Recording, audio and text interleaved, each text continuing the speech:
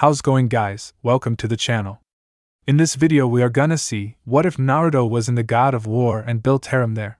Huge shout out to NeonZangetsu for this story. If you wants to see awesome fanfiction like this, don't forget to subscribe.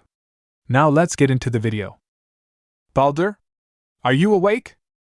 Still not used to hearing that name. You'd think a man would have gotten over it by now being reborn as a god, but no, some things never quite change from your first go-around. Even after nearly 7 years of hearing all of Asgard call him by his second name, there was still the faint pause, a brief flicker of confusion he hadn't quite mastered. HRMPH, thoughts for later. It was warm, he was tired, and someone was trying to wake him from a very pleasant dream. A rather heady dream involving a certain trio of Valkyries and a rather pleasant evening he was looking forward to. Result: ignore the meddler, roll over, and pretend he hadn't heard her. Nope. Not awake at all. A hand nudged his shoulder. Son, I need you to wake up. He batted at her hand. Go away, mother. I'm sleeping over here. He felt 2 firm fingers pinch his nose. Blue eyes snapped open. Squinted against the sun. A familiar face stared back. He sat up and managed a sleepy yawn. Hey, Mom. Felt weird calling someone that at first, but he'd grown used to it over time. Kushina she most assuredly was not, but Freya was still a damn good parent. 1 out of 2 wasn't so bad. Is that all you have to say? She ran a hand through his blonde hair. You know you can't sleep out here. You're worrying me. Blearily, he realized where he was. He'd fallen asleep on a bench while sunning himself in the training grounds again. Not uncommon in Asgard. The realm was a lovely place, really couldn't claim otherwise despite all he'd seen, but there was just something about it that felt lacking at times. Maybe it was the air, or the airs Odin put on. No, don't think of the old man. He'd ruin his mood. Kurama scoffed. Even if you want to kill him. He scoffed a little. Even then. It wasn't anything personal, really. He simply didn't trust the man he called father in this life. The All-Father was well-spoken and clever, his capriciousness second to none. His schemes made Orochimaru look like some juvenile bully. Never enough to draw his eye, never enough to truly rouse the realms against him, but his deeds remained and his crimes were more numerous than the stars themselves. They might ever admit it to his face, but the Aesir feared their leader, whispered he had gone mad. The answer was simple. One of these days, Odin would have to die. Simple as. He'd have to warn Mimir beforehand. Wouldn't do to have him be trapped in a tree or something. Shouldn't be too hard to get Thor and Sif on board. He'd already made inroads there with their kids. Adorable little buggers. And from there, who knew? He'd not aired his plans to anyone else, and he intended to keep it that way for as long as he could.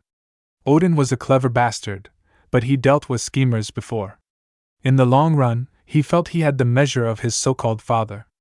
And once he fell, it would be time for a. Why don't you go train with the Valkyries? Freya gave him a nudge, breaking him out his reverie. Gianna was asking after you again, to say nothing of Air and Hildra or Mist and Hrist.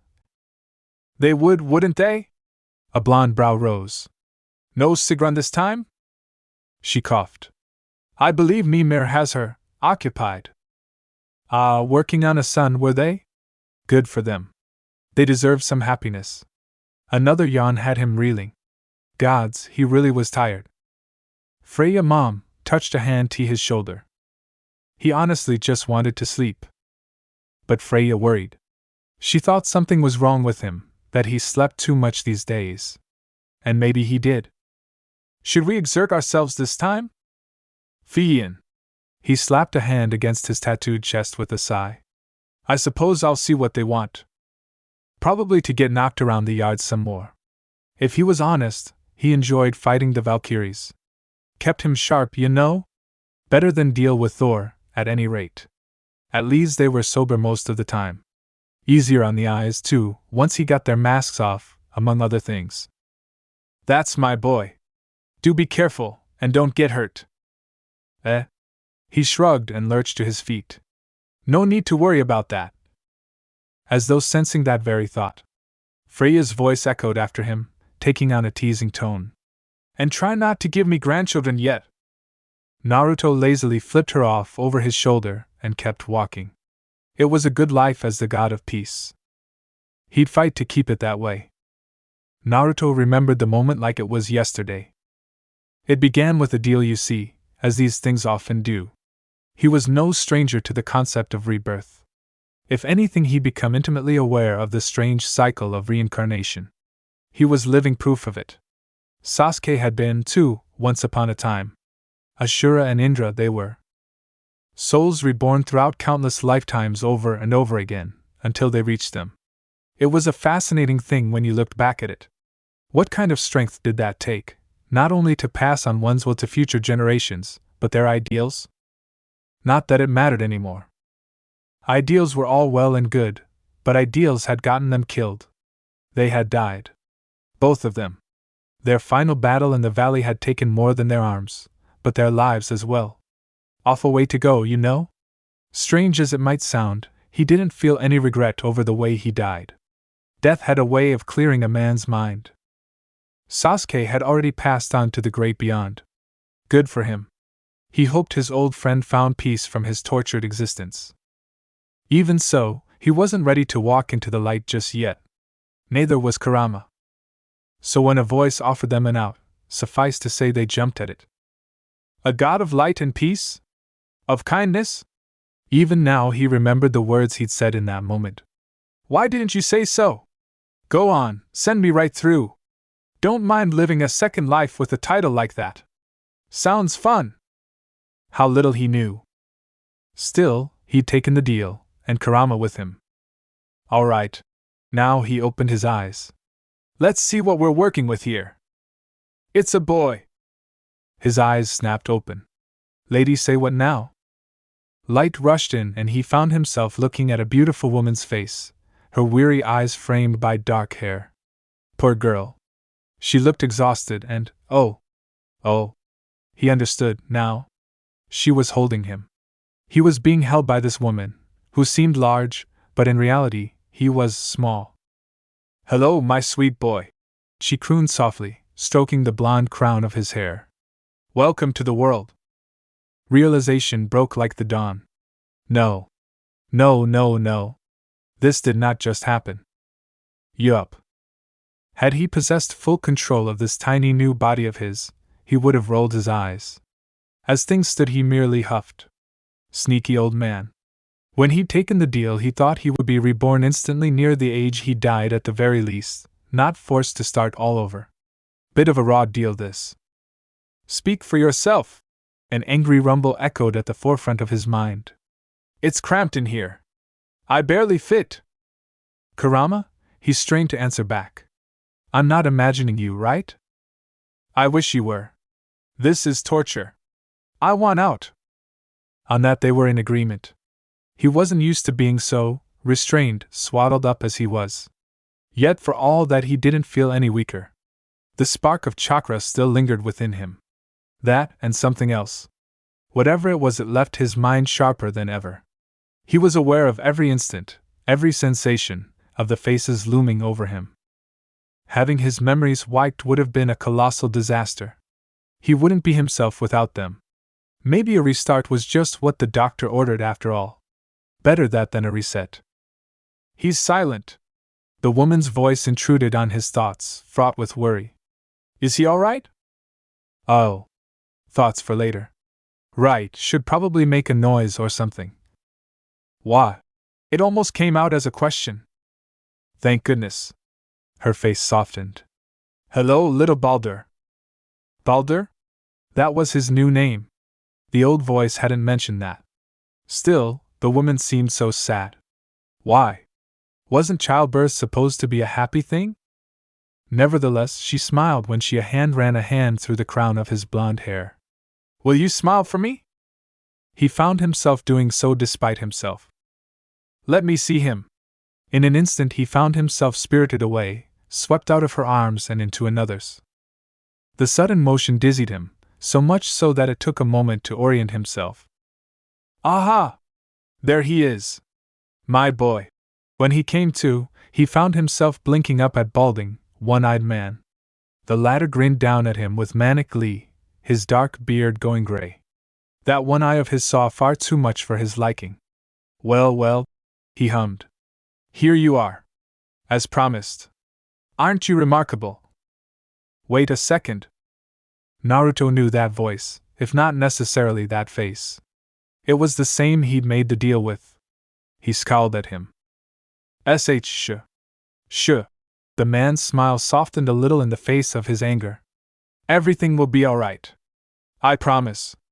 We're on the same side, you and I. You'll be walking and talking in no time. He booped his forehead with one finger, his emotions burning bright even to his sixth sense. We're going to be working very closely together. A sigh echoed behind the two of them. You're acting like he'll respond, Odin. The old man, Odin, only smiled. Perhaps he will, Freya. Let me see my son. Of course. He hummed and handed him over. Didn't mean to monopolize him. Here you are. Naruto found himself passed around once more, already felt the beginnings of a scowl form on his new face. So, the voice he'd heard belonged to a man named Odin. He had an agenda. Of course. Men like him always did. Time would tell if this bargain came back to bite him. Hopefully not. But if it did. Thor, get over here. Odin's voice distracted him. Come see your little brother. A low rumble reached his ears. Fine. In an instant there was a third face staring down at him. A solid young boy, not quite a man, lumbered over to peer at him. Naruto noted dark eyes and red hair. The beginnings of what would one day be a great bristling beard filled his face. He's tiny, the older boy grunted. Gonna be a runt. Naruto slapped a tiny fist against his nose. Thor recoiled, terribly startled. Hey! Freya smiled. Well, we know what he thinks of you. Now hush. I need to feed him. She pulled him close. It was then that Naruto realized something else. No one could understand him yet. Or his protests. This time, his cry was far from feigned. Are you prepared, Lord Balder? A low voice brought Naruto back to himself, hauling him out of the daydream. He blinked. Crackled his knuckles. Squinted against the sunlight. Remembered where he was, what he promised, and just what he was meant to be doing. Right. He'd spaced out again, hadn't he? 10 winged women stood arrayed before him, warriors all. He wished they wouldn't wear their helmets. They really did look quite lovely without them. But that was neither here nor there. No, today was a day for teaching. Wow! He couldn't help but smile as he stroked his blonde beard. 10 Valkyries against little Oelmi? I'm honored. Gianna pressed a fist to her bosom and bowed her masked head. It is you who honor us today, my lord. None of that. Honor's all well good, but honor won't help the 10 of you win a fight against me. His fist crashed out as he spoke. Hilda rocketed backwards, hit a wall, and went limp. Oops. He lowered his fist with a mad grin. 9 now. An anxious murmur went up from the rest. No. That wouldn't do. Not at all. He lunged to meet them head on. Let the lesson begin. What followed wasn't as much a lesson as a mad brawl, full of wild wings, brutal blades and flying fists. Ever the gentle sword, bowed out first when he knocked the wind out of her.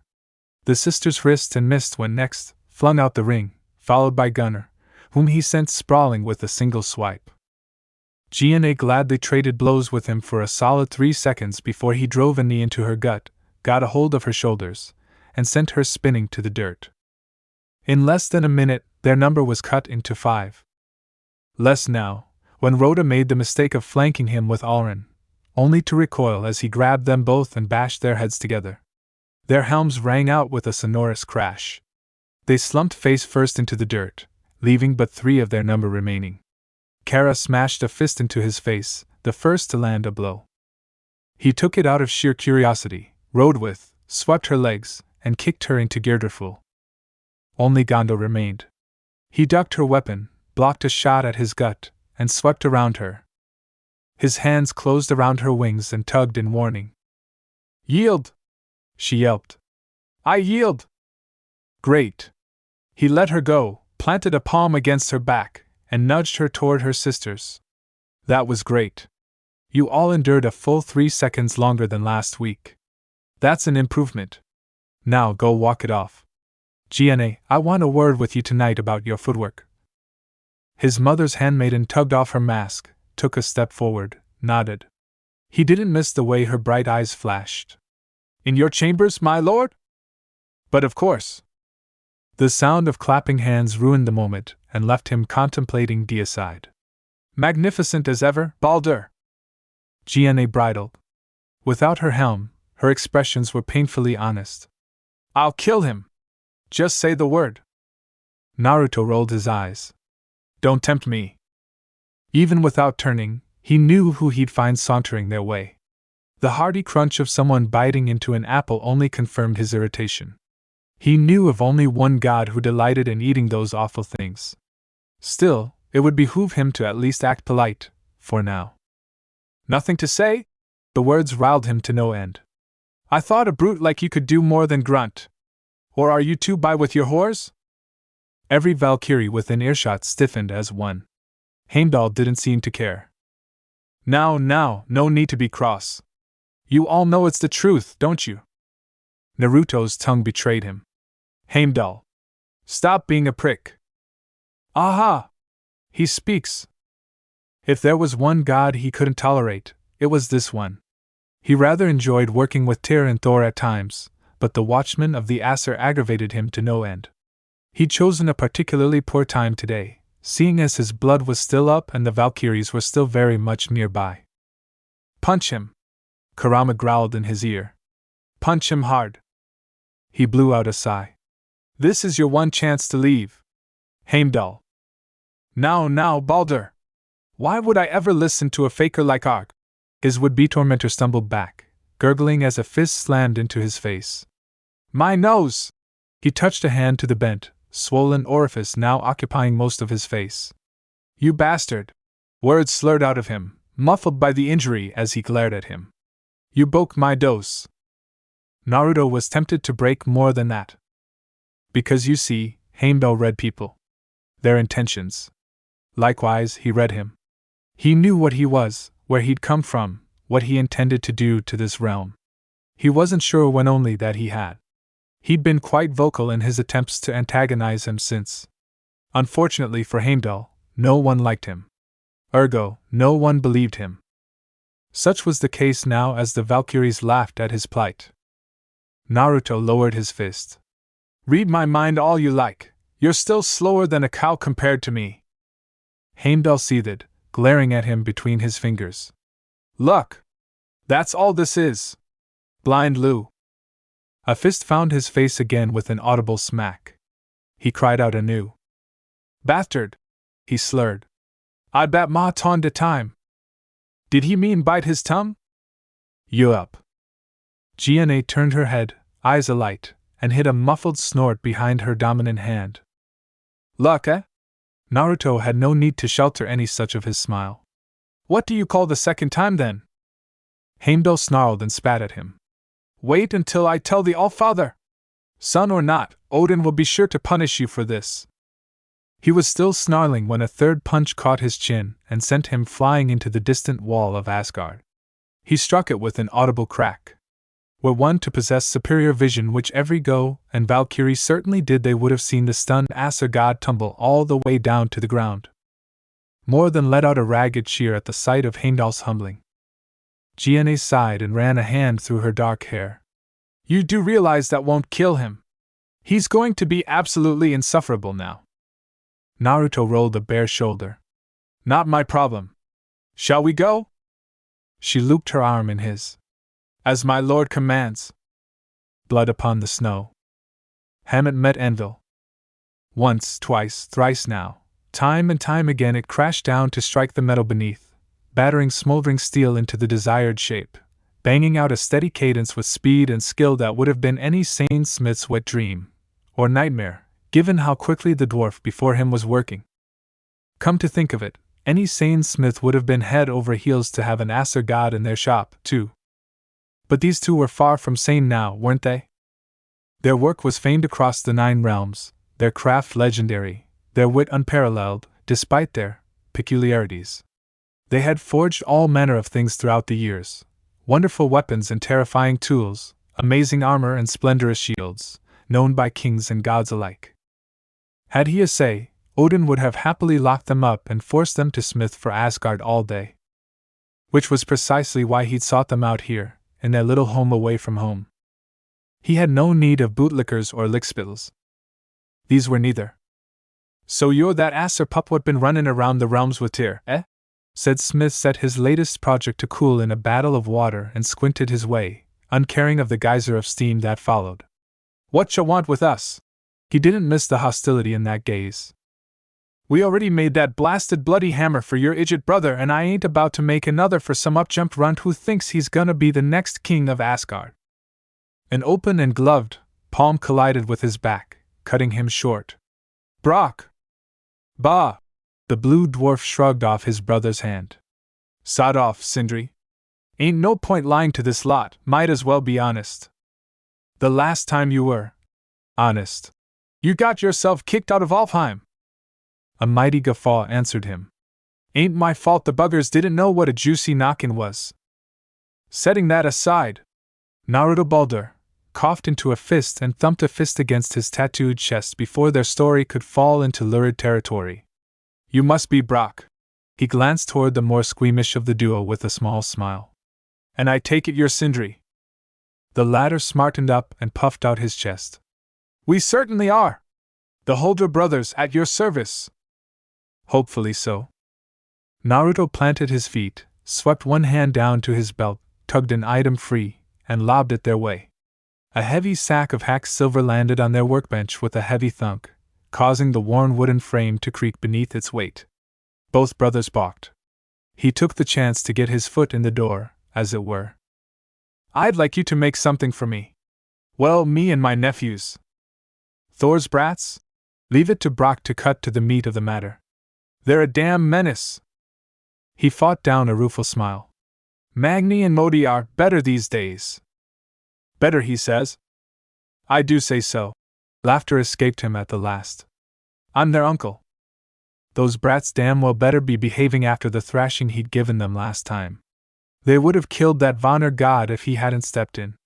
Magni had a good head on his shoulders. It was just a matter of steering him in the right direction. And if Modi was acting up again, he'd have words for him. Wish for peace, prepare for war, as Tyr said. But that was neither here nor there. Work to be done and all that. Brock sniffed. "What's in it for us?" "Aha! Curiosity." That was the way to their hearts. "Besides money?" "Fame. Glory. A chance to correct your mistake." The Holder brothers exchanged a terse look between one another. Naruto couldn't help but commiserate with them. Theirs was an old argument. He could see it in their eyes. It wasn't unknown to him. Thor was getting a little too swing-happy with that hammer of his these days. Mjolnir was a famous weapon to be sure, but unfortunately it was also a very powerful weapon. In the hands of the god of thunder, well, the less said about that the better. He had his hands full trying to keep his big bugger of a brother from slaughtering every giant he could get his mitts on. Hence the reason he was here. Indeed, he could already see Sindri warming to the idea. "You're not the first to suggest that, Lord Baldur." "No? Interesting." He could broach that topic later. For now, he had a task to attend. Best be quick about it while Odin wasn't watching. If he asked after his trip to Svartalfheim, he could claim he'd tasked Brock and Sindri with making new weapons for the young sons of Thor. A pliable excuse and something his so-called All-Father wouldn't be able to see through, should he come a-knocking. Kurama grunted his agreement. "He won't see this coming. There isn't a single raven near here." "Right. Ravens. Odin's little spies. And wasn't that just another can of worms? Really needed to find a way to free those poor souls. No, one step at a time. Weapons and armor first. Then he could go about doing a little soul-severing of his own when dear old Dad wasn't looking. None of that lord stuff. He waved a hand quickly to silence his anger as much as the dwarfs. Magni and Modi aside, I'd like you to make several things for me. First, he spent the better part of 5 minutes explaining what he was truly after, and then 5 more specifying what had to be used. By the end of it, Brock whistled. Sindri, however, wrung his gloved hands. That might take a while. How do we let you know when it's ready? Nothing simpler. Naruto tapped a hand to his belt and tossed the scroll their way. Open that when you need me. I have its twin right here. He held up another small roll of vellum. They're connected. Mine will pulse blue when you do. As to how I'll find you, well, I have my ways. Brock planted both hands on the table. We'll be needing the blood of a god for all of those things you mentioned. Especially last one. Naruto made to bite his finger. Nuh. The Azure Vulgarian waved him down. Gotta be fresh. Lady prefers it that way. Oh ho? Awfully demanding, this lady of yours. When do I get to meet her? Brock shook a fist at him. When she's good and ready, bucko. Alright, sore subject. I'll let it be. He'd expected as much. The lady of the forge could be eccentric. Not even Odin knew what she looked like. Yet another thing he'd talked his father out of. Honestly, it was like watching a child. Take your eyes off him for 1 second, and he could get to all manner of trouble. If this was what Mimir had to deal with every day, he pitied him. Hopefully he could keep him occupied until he returned. Which he should. Soon. He set a hand to his hip. We're all set then? Should be. Brock shrugged. Come back when it's done and you'll get your money's worth. Sindri perked up suddenly. Speaking of which, might I have a moment of your time? A blonde brow rose. We're talking now, aren't we? Not here. Brock grunted his acceptance. Fine, make me do all the work. Naruto let the germophobic dwarf lead him to an adjacent room, one a good distance from the forge. An ugly feeling rose in the pit of his stomach. More secrets. Yay. As if Baldur didn't have enough to juggle already. A cursory check confirmed there weren't any ravens hiding in here either, at least, living or dead. Good. He'd sensed the little buggers if they were. All right. He crossed both arms before his chest as said dwarf tugged the door shut behind them. What is it?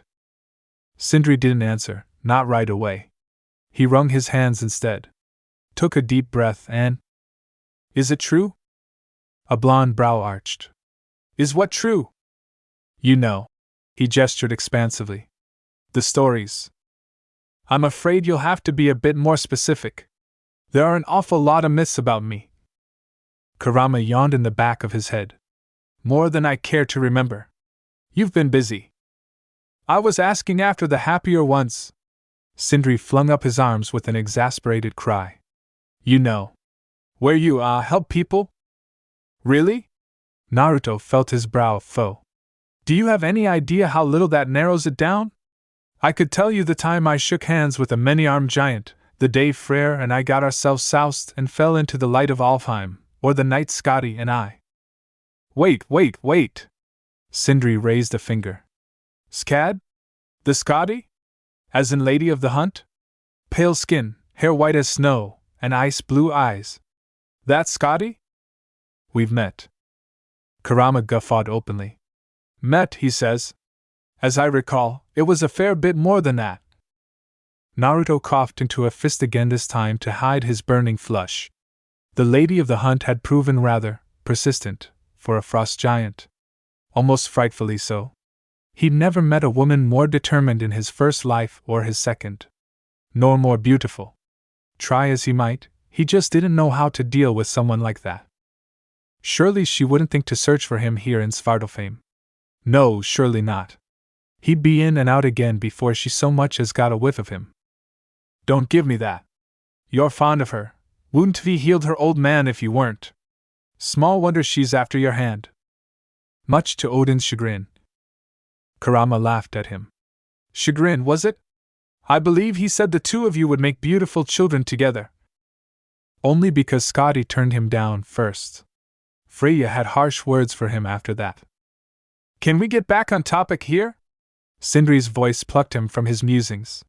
What I'm asking is, well, you can heal people, can't you? His face closed down. No, I can't. Yes, you can. Sindri remained unmovable as a stone. I've seen you do it before. Blue eyes flashed red. When?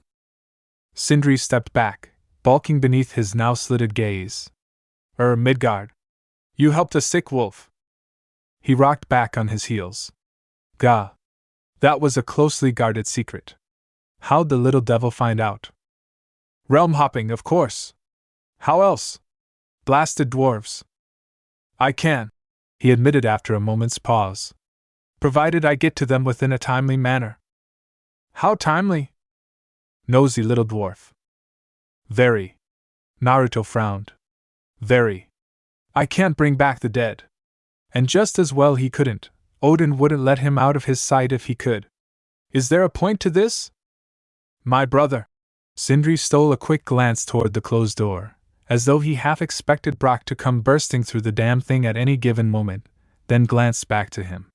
He's been taking risks lately. Doing foolish things. Might have something to do with all the silver he's touching. It's already turned him blue, but the other day he almost. Sindri. All right. I need a favor, your godliness. He was going to regret this, wasn't he? Still, nothing ventured, nothing gained. He waved him on. If anything happens to him. Sindri wrung his gloved hands together fretfully. If he gets hurt, promise me you'll help him. Do that and I'll make anything you want, whenever you want it. Free of charge. We might bicker, even fight at times, but he's my brother. And I can't bear the idea of living without him. I know that sounds cowardly, stupid even. But you have to understand. Stop. Naruto held up a hand to silence him. He didn't want to admit just how much the words had touched him. There's nothing wrong with worrying about family. I've got brothers of my own. He hardly squabbled with Tyr and Thor the way the Holder brothers bickered, but he wouldn't want any harm to come to them, either. No need to explain that. Not to me. What about you? The dwarf's bearded mug twitched. What about me? If you get hurt in the future. It seemed an obvious question. Do you want me to heal you too? No. Much to his alarm, Sindri shook his head. I don't matter. Brock does. If worse comes to worse, I'm sure he'll do fine without me. He wouldn't. He'd seen folks lose siblings before. A certain Uchiha came to mind. It was not an experience he cared to repeat. That is an alarming lack of self-worth. We'll need to work on that, going forward. I mean it. An edge crept into Sindri's voice as she stared him down. I don't know what lies ahead, but if you ever have to choose between saving him or me. No. Sindri recoiled. No. It means no. Naruto shook his head, stifling further protests. If you're acting for my help, then I won't choose between either of you. Our agreement will extend to the both of you, although I'll keep an extra close eye on OL Brock all the same. There will be no arguments. He bit the last word out, running a hand through his messy hair. But tell your brother to be more careful going forward. Not just around the forge, but in general. Life is a precious thing. Don't go wasting it. All right. Sindri faltered, then rallied. I'll do that. So long as he understood. See that you do. Want a shake on it? Sindri eyed his bare hand, offered halfway now. Begging your pardon, but I'd rather not. I don't know where that thing's been, Naruto reached the rest of the way to clasp his hand. The dwarf gave up and shook his palm, though not before muttering about needing new gloves. It's a promise, then. He managed a small, tremulous smile. You'll keep your word, won't you? A touch of Naruto's old Acer blood stirred in him. I never go back on my word, dwarf. Of that I have little doubt. Brock's voice bounced off the door, muffled by distance. If yous two slack jaws are done jabbering in there? I need help over here. Sindri scarpered out the door. Naruto didn't miss the spring in his step. Coming. Naruto trailed after him at a sedate pace, letting the distant clamor of the dwarves wash over him. He found it oddly peaceful. To be so consumed by the desire to create something to protect someone that you lost sight of everything else in front of you, well. Truly, he envied the dwarves their single-minded work. The hell were you talking about anyway? Brock asked. Sindri intervened quickly, bless his worrying heart. Just ingredients. Speaking of which, project like this needs some quality scap slag. Might have to get our hands dirty. Sindri gagged. Oh gods, I'm gonna be sick. Naruto smiled as their banter carried on into the inane. He didn't miss their smiles. At the end of the day, you didn't choose your family. Family chose you. I'll leave you two be. See you soon. Another day, another disaster averted. Naruto cracked his neck as he emerged from the realm gate. He barely paid mind to those he passed. More than a few Asgardians bowed his way, others shouted his name and he waved half-heartedly to those in return, but his thoughts had already turned inward. His feet carried him forward on an unerring path home.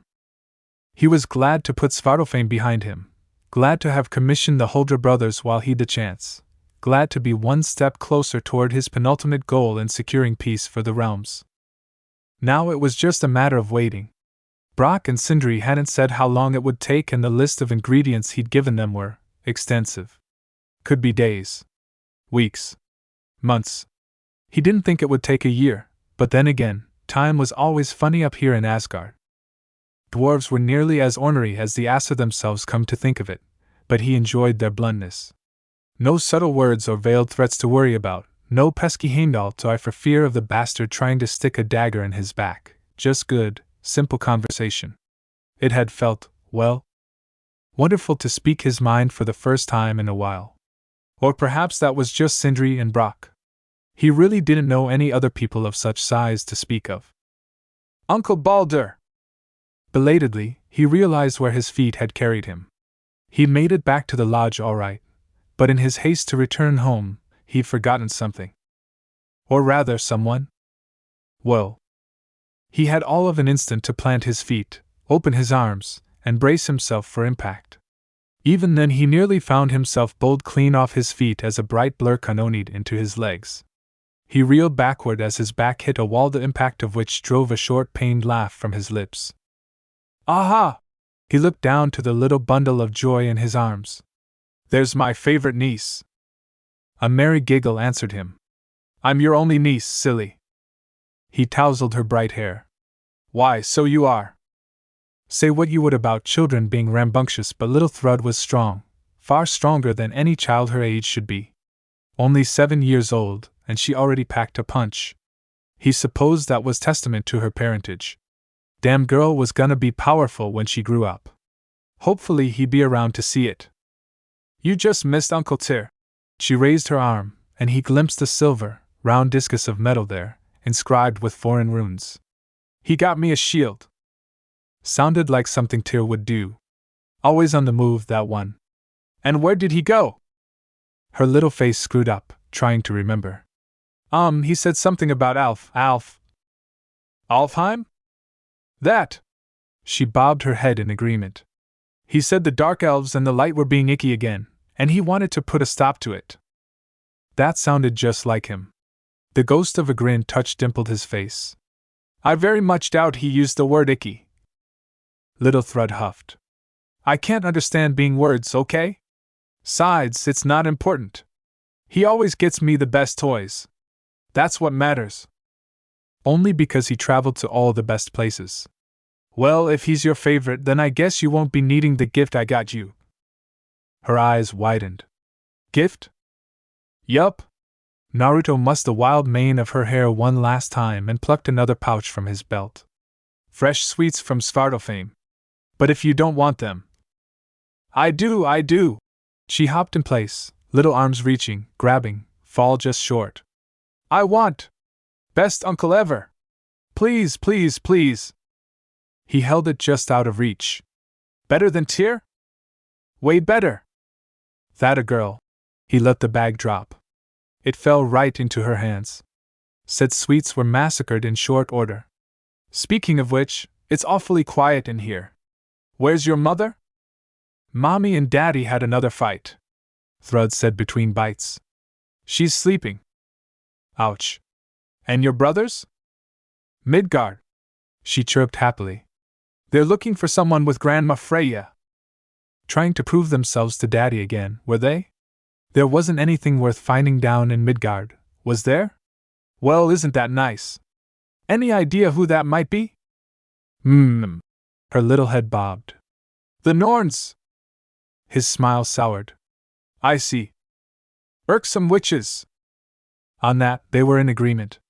He and Kurama had some tangential knowledge of the trio, enough to know that they didn't care a fig for what they said or thought. Sadly, the same couldn't be said of their mother in this lifetime. Freya wasn't quite so obsessed with the notion of prophecy as Odin, but she was concerned with him. He couldn't count the number of times she tried to keep him from harm in the past. All because these so-called Norns had said that Baldur would die a needless death. Pa! What did they know? That could mean any number of things. For instance, from a certain point of view, Baldur was already dead. He might have adopted the namesake, but he still clung to his previous identity. From the moment Odin had called his soul into this new, stronger body, the real Baldur may as well have ceased to exist. There was no destiny, no grand design, no script, only the choices he made. He had chosen to accept Odin's offer. He chose to grow up here. He decided to use his influence to make things better, not just for Asgard, but all of the 9 realms. And if he was to die someday, Hel would have only him and Kurama, when she earned them. Not before, not after. He'd died more times than he could count in his first life. He didn't fear death. If by some foul miracle they did die, well, the solution was simple. They'd claw their way out the underworld, bonk Hel over the head and come right back to Asgard, whether she liked it or not. He did, however, dislike the idea of the Norns twisting his mother's paranoia into ugly knots. Time and time again she'd to visit them. Time and again their prophecy remained unchanged. Made him want to go down there and knock some sense into them, it did. See if they saw that coming. Which begged the question, why on earth were Magni and Modi accompanying her this time? Did Odin fear she would run off if he left her alone? Possibly. Or did they simply want to know their own fates and were using her as an excuse? Bloody boys were obsessed with hearing Thor's hammer. He'd have to ask old man Mimir the next time he saw him. Thrud's tiny hand tugged at his tattooed arm, drawing him out of his bleak reverie. Uncle? Enough about your brothers and the Norns. He patted her cheek. They're pricks. His brother's daughter blinked up at him, guileless as ever. What's a prick? A hand settled upon his back. Yes, Baldur. A familiar voice crooned just behind his ear with silken menace. What indeed? He looked over his shoulder and stared into eyes colder than Fimbulwinter itself. Oh, hey Sif. Didn't know you were up from your nap. I am. Her voice radiated saccharine sweetness. And I'll thank you to watch your mouth around my daughter, Baldur. Was just an accident, you know. He brushed her off and stood. No need for the knives to come out. My husband said something similar. Naruto's smile thinned. Heard the two of you had another fight. Did you now? Her gaze sought Thrud, only for her daughter to look elsewhere. That's not your concern. Of course it's my concern. We're family, aren't we? Sif planted a fist on her hip and glared his way. Thor was a right lucky bastard to have a wife like her. Sure, she could be a little scary at times, but at the end of the day she was a good woman and doing her damnedest to be a better mom. If not necessarily for her sons, then for Thrud's sake and those to come. Having a daughter had done much to mellow her out over the years. Better to see her like this than carrying another bun in the oven. A pregnant Sif was a scary Sif. Almost made him wonder what a pregnant Valkyrie would be like, and dread the day he became a parent himself. Baldur. You're spacing out again. Am I? He looked back to her, absently patting Thrud's head. Sorry. Speaking of sorry, you might want to have a word with Heimdall. Some of the ice thawed from her eyes. He was looking for you. Looking for trouble, more like. Where is he? With the Allfather. Her tone said it all, as did her slight smile. I heard you knocked him into Asgard's wall. I may have. Thread cooed. That was you? It was so loud. Was it? He hadn't really paid attention at the time. Humiliating Heimdall had become something of a weekly exercise for him, if not daily, so much so that he hardly ranked their encounters. Why focus on that vicious little prick when his time could be better spent elsewhere with GNA and the Valkyries? Come to think of it, he'd promised tonight to Hrist and missed. You've got that look in your eye again. Sif batted his arm. Stop that. You're setting an absolutely horrid example for your niece. Tell you what. He winked her way. Thrud, I can do the same when I've got rugrats of my own running around. Thrud perked up. I can? Wait, does that mean I'll have cousins? Sif paused. What are you implying? You're our resident diplomat. Naruto slipped between them with a merry hum, not trusting himself to hold his tongue. Best not to give the surprise away. Be diplomatic and figure it out. She shouted at his retreating back. That's not what that word means and you know it. La la la. Can't hear you. His piece said, the reborn Aesir sauntered away before Sif could speak further. His smile didn't last long in her absence. He'd had his fun now, no point in putting this off any longer. Odin's chambers weren't far from the lodge, rather, they were just underneath it. Right around the corner really. A hop, skip and a jump and he was there. He almost wished they weren't, if only for more time to gather his thoughts. Well, no time like the present. He approached the door at a brisk pace. A faint noise reached his ears from within, rising through the worn wood. Well, well. 2 guesses as to who's already in there. First 2 don't count. His stride slowed. Paused entirely now, as he heard words muffled through the wood. With but a thought and a wave of the hand, he concealed his presence. From there, he set one ear to the door and listened. He broke my nose! That was undoubtedly Heimdall in there, stirring up trouble again. Didn't he have anything better to do? Odin's voice radiated amusement. You're alive, aren't you? Walk if off already. Heimdall raged. Allfather? He means to do the same to you. Or worse. And yet he's made no moves against me. Odin's retort was crisp, measured even. This isn't the first time you've accused him of such, Heim. The pause that followed was ominous indeed. One might think you're lying to me. Have you lost your touch? Oh, of course not. Good. We wouldn't want any misunderstandings now, would we? You favor him. Heimdall's voice rang with accusation. Why?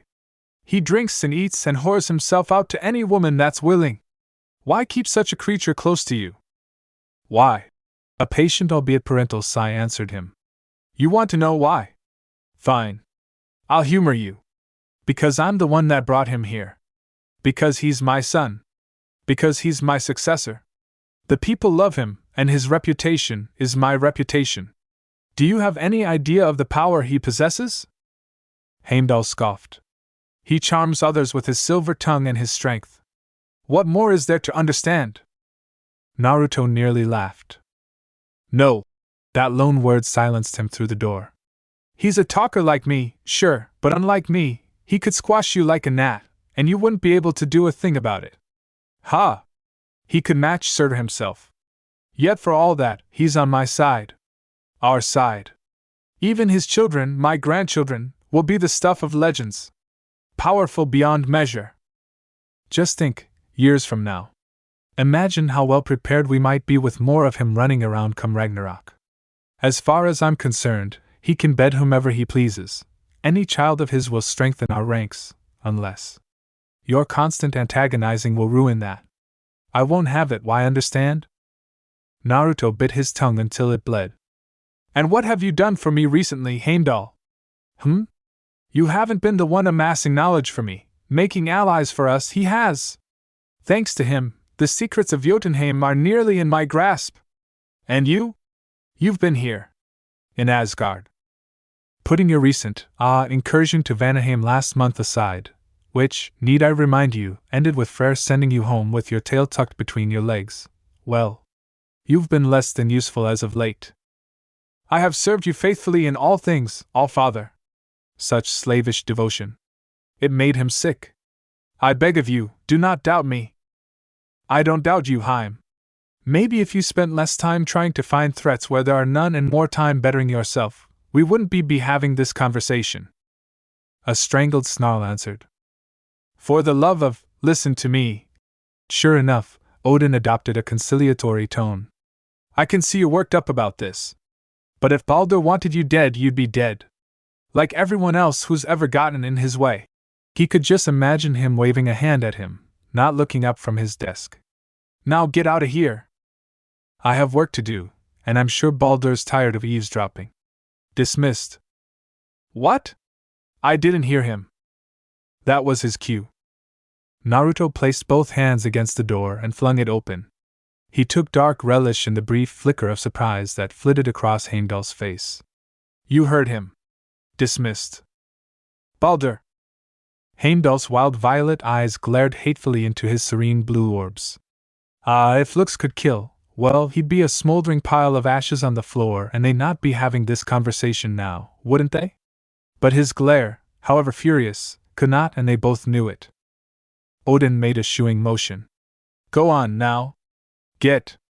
I need to talk to my boy. Alone. Heimdall barged past, trying to smash him aside with one shoulder. Naruto made way, grinned when the sullen Acer tried to hit him anyway, and tripped him before he could react. The bearer of Jallarhorn face planted into the wall with an awful crunch, further mangling his nose. A none too gentle shove sent him stumbling out the doors on all fours, which summarily closed on his sprawled form. There. Now what did you? Odin held up a finger. Waited until the angry Acer seemingly departed. Another moment more. Sighed now. I know you're still there, Heimdall. Silence reigned. Naruto chuckled into it. Want me to shave you bald again? An angry snarl echoed behind the door, punctuated by a slam. Footsteps stalked away. This time there could be no denying his departure. Only then did a crooked grin tug at the corner of Odin's mouth. You're a vicious little shit when you want to be, you know that? Naruto planted both hands in his pockets. I learned from the best. Ha! The Allfather clapped him on the back. So you did. How was your trip? He couldn't be sure if it was a trap or not, maybe a test. Best to run with the story he'd crafted and hope for the best. Better now that their world mill's finally up and running. He ran with his given excuse. Svartalfheim will prosper thanks to that. Odin pulled a face. Will it now? Dad, no. He drew him back before he could reach for one of his ravens. You promised to let me handle this. Marching an army down there will only make you more enemies. We have enough of those. Give it time. Let them see you for who you really are. Monster. Coward. Killer. But he didn't need to know that. Odin planted a hand on his desk and looked away. Time's in short supply these days, Baldur. He lifted his chin to stare him down. Then we'll make more. Odin's good eye met his eye, moved. Not for the first time, Naruto wanted to give the Allfather a good hard shake. In many ways Odin could be like a child at times. His first instinct was to destroy anything or anyone who dared oppose him. Often, but not always. Other times he could be clever. Subtle. Insidious. It often fell to him and Mimir to protect the man from himself. And if they couldn't, well, sometimes you had to put old dogs down. Time would tell if it came to that. And besides, he'd heard every bit of his conversation with Heimdall. Make weapons of my future children, will you? I don't think so. When if Ragnarok came about, any heirs of his would fight because they chose to, not because they'd been gaslit into it by their mad grandfather. You're right. Beneath his glare, the elder god yielded with a sigh he didn't entirely trust. I just worry sometimes. Come here. He beckoned him to the desk. I want to show you something. A blond brow rose. And what might that be? What, would you rather spend the rest of the day pummeling Heimdall? His brow crept higher still. Odin laughed. All right, stupid question. Here. Have a look at this, will you? He circled over to the man's desk and found himself looking at a mask. An old, broken, wooden thing, carved with runes he couldn't comprehend. Odin waved a hand at it. He picked it up. No response. Though it hummed under his touch, the runes did not glow. The mask remained inert. It was not meant for him. You're aware of Ragnarok? HMHM. He tilted the mask end over end, trying to get a better look at it. It starts after Fimbulwinter, which begins when I die. Kurama bridled. You won't die. I'll not let it happen. Don't worry. I'm in no hurry to kick the bucket. Odin tooted, blissfully unaware of their inner dialogue. Awfully blasé to talk about your own death. Even for you. Mom's busy with the Norns. She won't mind. Your secret is safe with me. Not even a hint of surprise on the Ravenpecker's face. Odin knew where she was then, which implied he'd been the one to send Magni and Modi with her. Even gods don't live forever, boy. True. He set the wooden mask down with a sigh. Reckon I've got a few hundred years until I'm anywhere near old enough to kick the bucket. Prat. Odin nudged him with an elbow. That mask there is the key to preventing all this, to averting Ragnarok. With it, we can finally look into the abyss. Have our answers. You're talking about that crack in the world. Down in your cellar. I am. The Allfather slung an arm around his shoulders. It's not a sin to crave knowledge, son. We all want to know our place in the world. There's nothing wrong with that. Mortals find meaning in praying to us, and perhaps there is, at the end of the day. But you and I? Where do gods or demigods go when we die? What does it all mean? That's the answer I seek. Answers he likely wouldn't find, but that was his battle to lose. You say that now. His brow furrowed. But I've seen what too much of one thing does to a man. That's what I've got you for. Odi tousled his hair as he hadn't done in years. To keep me on the straight and narrow. You're my best tracker, after all. One that hadn't done his bidding for ages, but how was he to know that? He could do it. Right here. Right now. They were alone. Just shove his fist through Odin's chest and squeeze. Any threat he ever was and would be. Killing him was certainly an option, but he wanted to help him. The Allfather could be so much better, if his paranoia and thirst for knowledge didn't outweigh his wisdom. Maybe once he had his answers he'd finally man up and start acting to the father and grandfather he was meant to be. And if he didn't, well, he'd burn that bridge when they came to it. All right. He shook his arm off. So long as your quest doesn't consume you, I'm in. Good, good, your brother was asking after you, by the way. Naruto found himself perking up despite his best efforts. You mean Tyr? Odin made a face. Not that preachy stiff. Honestly, he's useless. He can stay in Alfheim for all I care. There it was again. The casual disparagement. Unbidden, he recalled Sif's words. Thor, then. Is he drinking again? Define drinking. A distant crash rattled the whole of Asgard. So that's a yes. All right. You want me to drag him out of his cups? Odin clapped his shoulder. If you wouldn't mind. I need him somewhat sober today. Sober for what? Don't you worry about that. Just snap him out of it. He did. He worried very much. Fine. But I want Ingrid in exchange. The Allfather quirked a graying brow. Don't you already have a weapon? I thought you liked Skofnum. I do.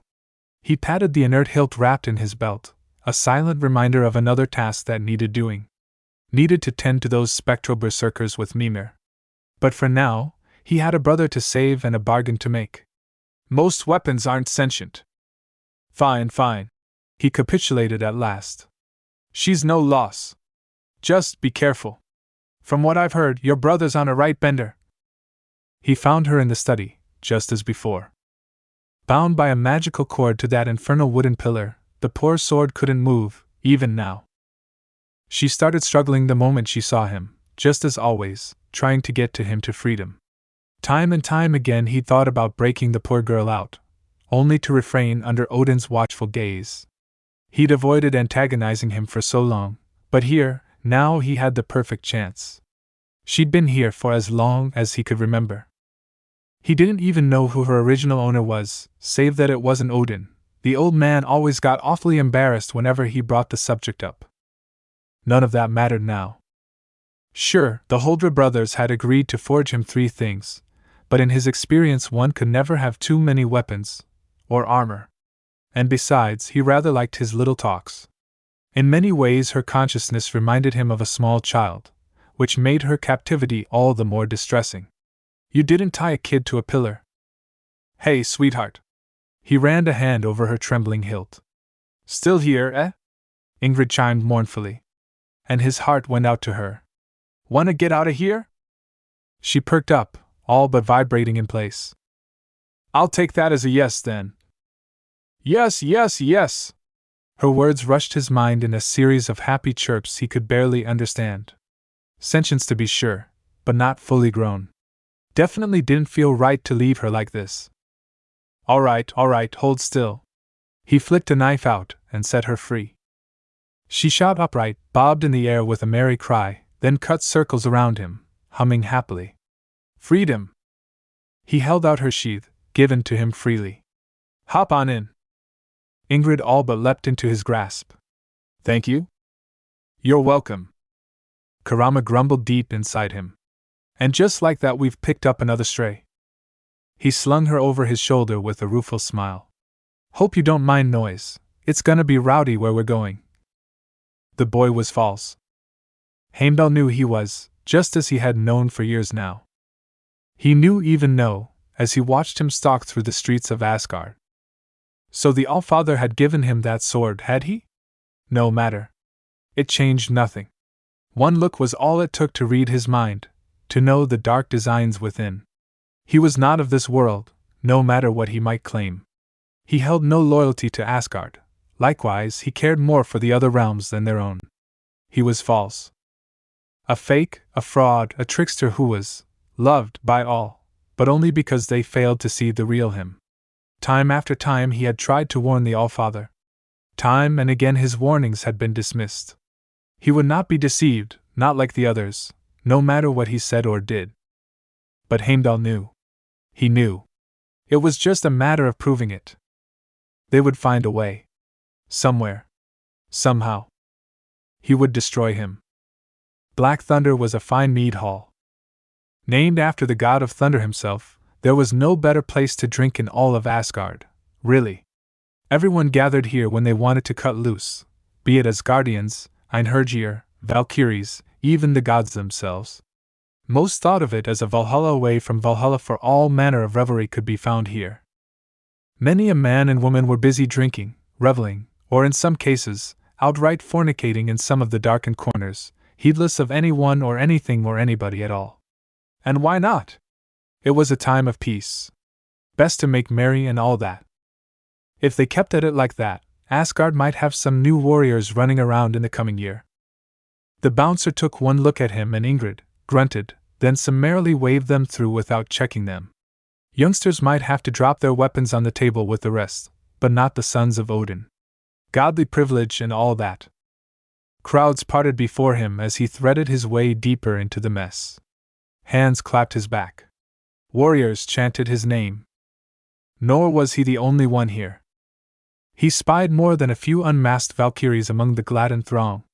Gianna was arm wrestling a brute twice her size and winning handily for it, while Hilda danced drunkenly atop a table, golden braids swaying with her hip, wings drooping, a tankard in each hand as warriors cheered her on. He even spied young Air near the entrance, patching up a poor bastard who'd had one too many and bashed his head on a table. Not one of the Einherjar, but a mortal at that. Bless her heart. But they weren't his goal, and so he pressed on. His patience was rewarded soon enough, though he wished it soon wasn't. Sure enough, he found Thor in the middle of it all, hunched over a table with tankard in hand. Right where I thought you'd be. He plunked down on the seat beside him. Had a bit of a rough day, did we? Baldur? Bleary blue eyes blinked up at him. What are you doing in here? You shouldn't be here. Yet here I am. He spread his arms. What are you doing? Thor glowered at his mug. Drinking. I can see that. Might I ask why? Thor ignored him. He tugged at his arm. We should get going. Up came the flagon. Down it slammed. Thor grabbed another from a passing server. Naruto felt the beginnings of a grimace tugged at his whiskered face. Come on, big brother, don't do this. It's already done. Thor thumped another tankard down, and the mead hall fell silent around him. Let it be known that the god of thunder is good for two things. His words boomed out, hearkening to all. Killing giants, and pissing mead. Anyone who disagrees. His hammer thumped down on the table beside him. Will greet Mjolnir with his face. Damn it, he really was in his cups, wasn't he? Best try for the gentle approach. Thor, this isn't you. Why don't we talk? A low growl pierced the space between him. Quiet. Done too much talking today already. Don't get mad. He was drunk. Not his fault. Listen, I'm here for you. Anger flashed across his face. I said quiet, runt. I am not a runt. Naruto took the insult in stride. I am your brother and dash. A full mug of mead splashed across his face. Ale trickled down it to stain his blue tunic and ruin his new boots. Ingrid squawked indignantly in her sheath, having been thoroughly doused as well. Huh. Strong stuff. A mortal would have been soused on the spot. As an Aesir, he barely felt the buzz. All around them, the mead hall went silent. Naruto took a deep breath, swallowed, and wiped his face with the back of his hand. I'm going to pretend you didn't do that. Exasperated sighs and groans went up from the mortals, gods, and valkyries alike. They'd expected a fight. Pity they weren't going to get one. Where's the firing, yeah? Thor must have realized it too, because he harumphed and shook his now empty mug his way. You've been hanging around with Tyr too much. You used to love fighting, you were always good for a scrap. He sighed. I still do and I still am. The god of thunder sulked. Got a funny way of showing it. Ingrid peeked out her sheath and trilled Thor's way. Rude man! You're mean! Huh? Thor couldn't understand her language, but he heard the noise all the same. Is that who I think it is? When'd you get her? Just today. Hey, Baldur. A bleary grin stretched across his brother's face. I've got an idea. Wanna see which is stronger? Your sword or my hammer? Mjolnir perked up on the table. Ingrid tried to wriggle out her sheath completely. No. Naruto pushed them both down. We are not doing this. Aren't we?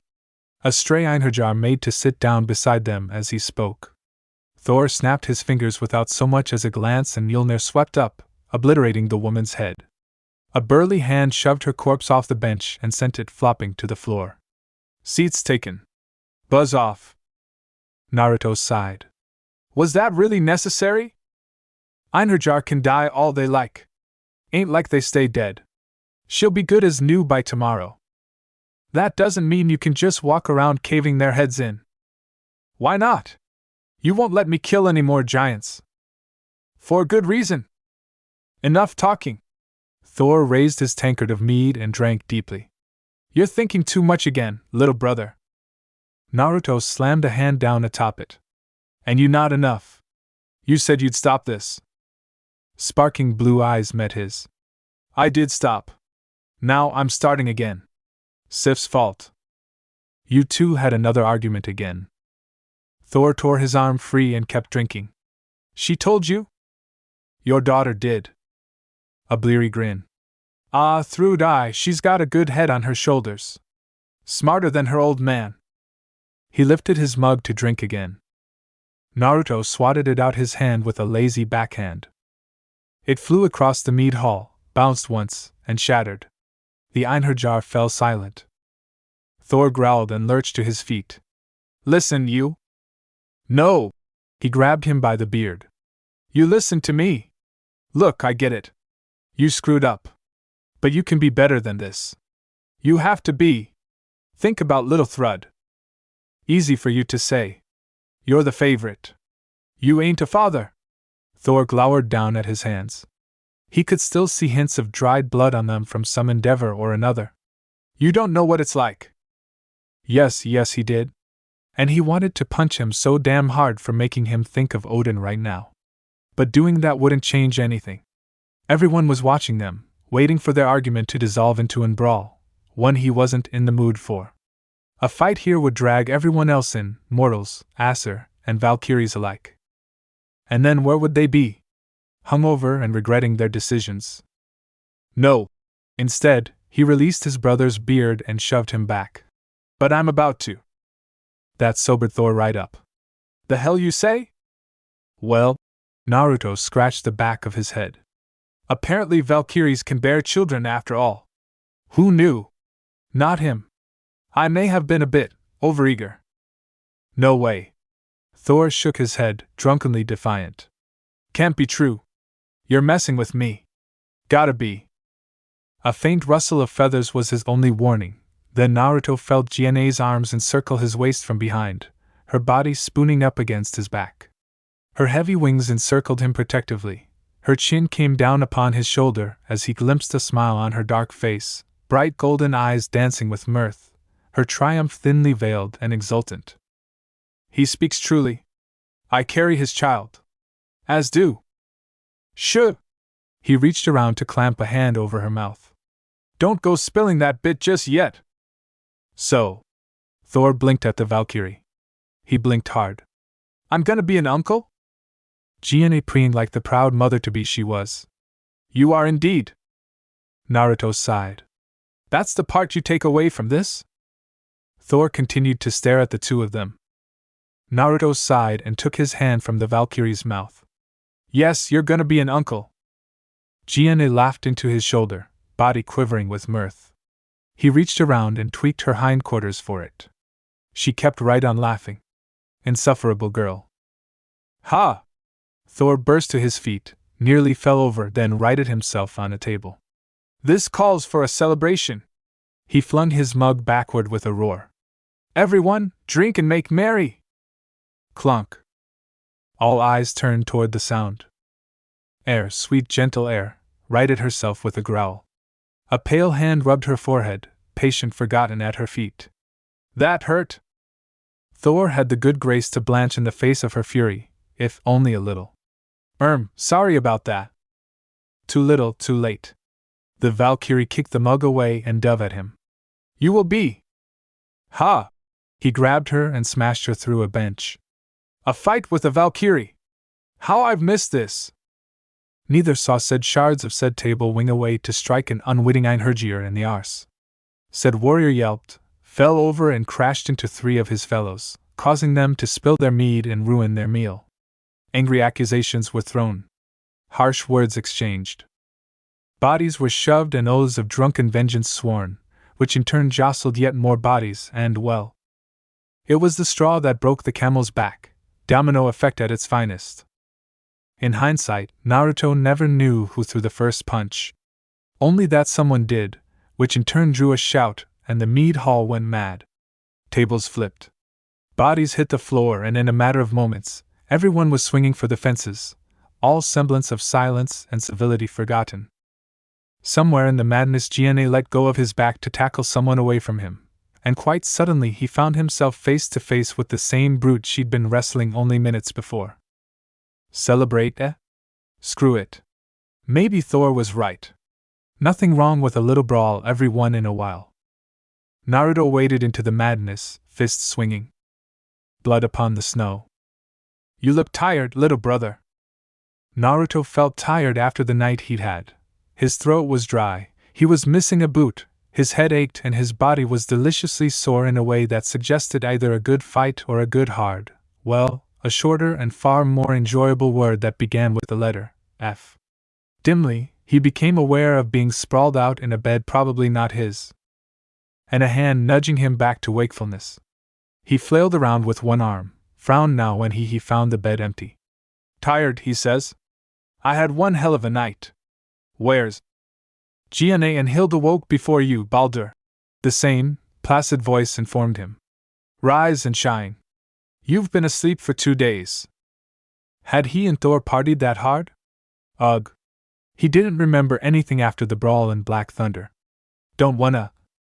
Someone waved a plate of eggs and toast beneath his nose. He knew them by their smell. Never mind. I take it back. He creaked a sleep-gummed eye open, only to groan and close it again when sunlight slashed at his face. Is that really you, Tyr? In the flesh. Eat slowly now. He was going to have to open his eyes, wasn't he? Naruto heaved a sigh, and as he was bade, his half-brother pressed a tankard of water into his hand, and he guzzled it greedily. From there it only took him a few moments to polish off breakfast. Only then did he raise the plate and likewise his gaze to meet his savior. Sure enough, a bemused tear smiled back at him. Better? Brings you back? No, never mind that. He climbed to his feet and stifled a yawn with the back of his hand. How was Alfheim? Tyr's face said it all, even if his golden Bifrost eyes didn't. That bad? The god of war shrugged with one shoulder. For a time I thought I would succeed, but well. He heaved a sigh and looked away. Both the light and dark elves are more firmly entrenched in their ways than I thought. What I thought was an armistice proved nothing more than a ruse. Within a week they were fighting again. And what of you? How fares our father? Has he been stirring up trouble again? Naruto winced despite himself. There was no point in lying to Tyr. He longed to see the best in people, but he wasn't stupid. He certainly wasn't afraid to pick up a weapon and cut through the bullshit when the situation demanded it. Even so, he couldn't help but look away. Can't say he hasn't. Baldur. All right, yeah. He palmed his face. He's been surly. Wanted Thor for something yesterday. Didn't know what. Probably something to do with Jotunheim. Again. No response came. Tyr? You all right there? You're acting strange. Just thinking of the future. A heavy hand settled on his shoulder. Look after them, won't you? A bright brow furrowed in confusion. Look after who? You'll know when the time comes. In any case, Father wants to see you. That's why I'm here. Rough night, Baldur? Nuh, did the bruises give it away? Naruto raised a middle finger in a sarcastic salute as he staggered into Odin's chambers. The All-Father looked particularly smug about that last bit, but beckoned him forward nevertheless. Even a blind man could see that he was distracted by something. His emotions betrayed him, and his eagerness more so. A map lay sprawled over his table, one he didn't recognize. Curiosity reared its ugly head. All right, he yawned. I'm here. What do you want this time? There's a stranger in our realms, son.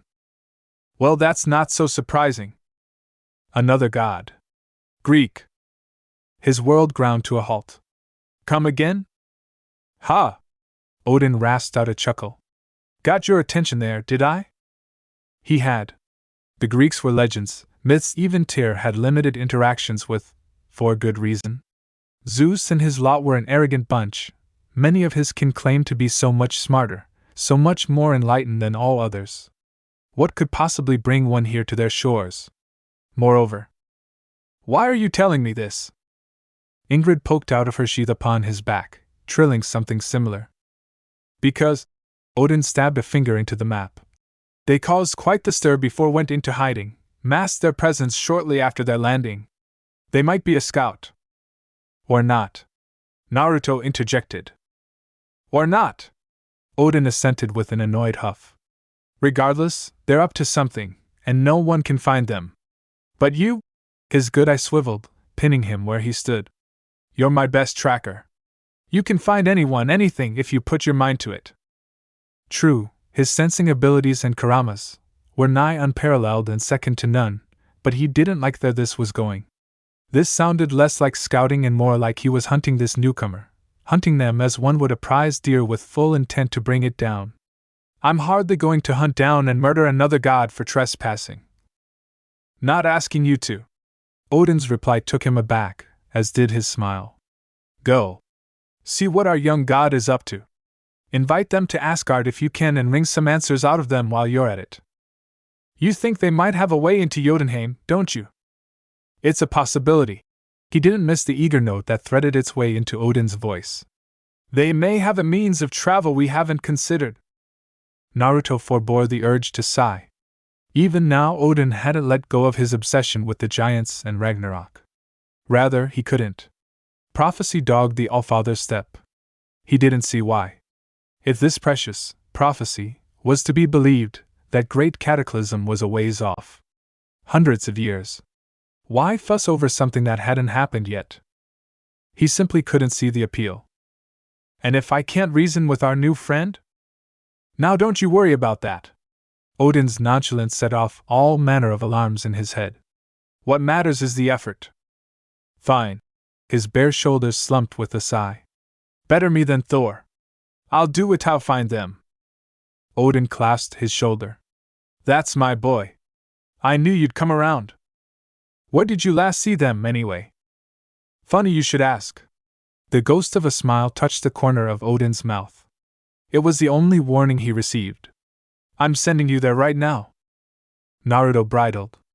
No, no, no! Don't you dare use your foul to drop me off in the middle of nowhere, Agaya. Ravens swirled around him. Yin! He fell from the sky, plunged headlong into a body of water, and came up swearing. Every time! He splashed furiously, spitting like an angry wretch. Why? Why does he always do that? Righting himself, he flooded his arms and legs with chakra and pulled himself upright. A mighty shake divested him from the worst of the water, the rest sloughed off him as he stumbled to shore. A familiar scent reached him as he walked, causing him to wrinkle his nose against it. He knew that smell. Pungent and thick, a wretched humidity in the air, the verdant tress and lush forest surrounding him. He could hear animals chattering off in the distance, broken by the cries of birds winging overhead. A brief glance at the skyline and his surroundings only served to further confirm his initial concerns. Vanaheim. What in the nine realms was a Greek god or goddess doing in Vanaheim? Enjoying the scenery? Ingrid trilled miserably in her sheath. Don't like water. Yeah? He reached back to pat her hilt. Sorry I went and got you wet, kiddo. Shaking the last of the river water away, he knelt and grasped some of the loamy soil, running it through his fingers. The realm of the Vanir wasn't one he'd visited often. Despite it being Mother's home, he'd only ever been a handful of times on tasks for Odin. Usually collecting small things, relics and the like. He'd never lingered for long, and now he almost wished he had, if only because he had no idea where he was or where to start. Does it matter? Just find this god and call for Hugin. He'll come. Kurama had a point, he supposed. He could feel a shift in the air. Now that he knew what to look for, it was a simple matter of closing his eyes, drawing on the natural energy in the air and… Aha! Golden eyes burst open, lids rimmed by orange dust. There. He saw it. Off the beaten path. Footprints. Rather than lead out of the water like this, they started suddenly, leading into the jungle. He knelt to examine the tracks. They glowed a bright white gold to his sixth sense, still sparking with latent energy. Slight. Small. Whoever they were young. But who could it be?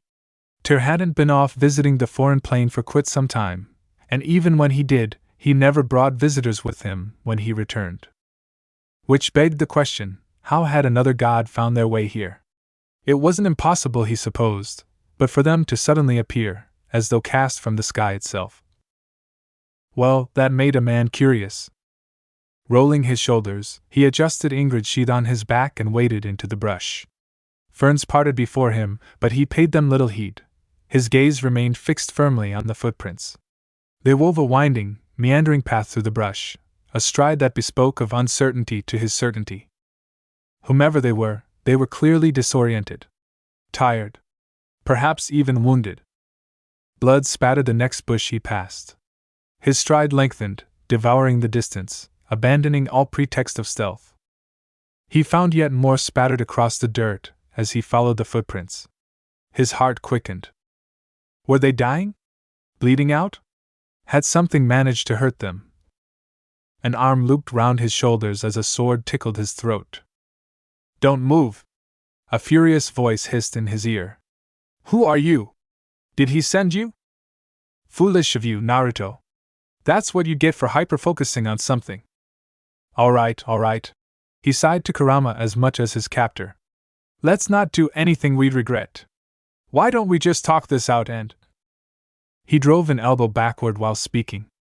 In the same instant Ingrid burst from her sheath and smacked her hilt against their kidnapper's head. The result spoke for itself.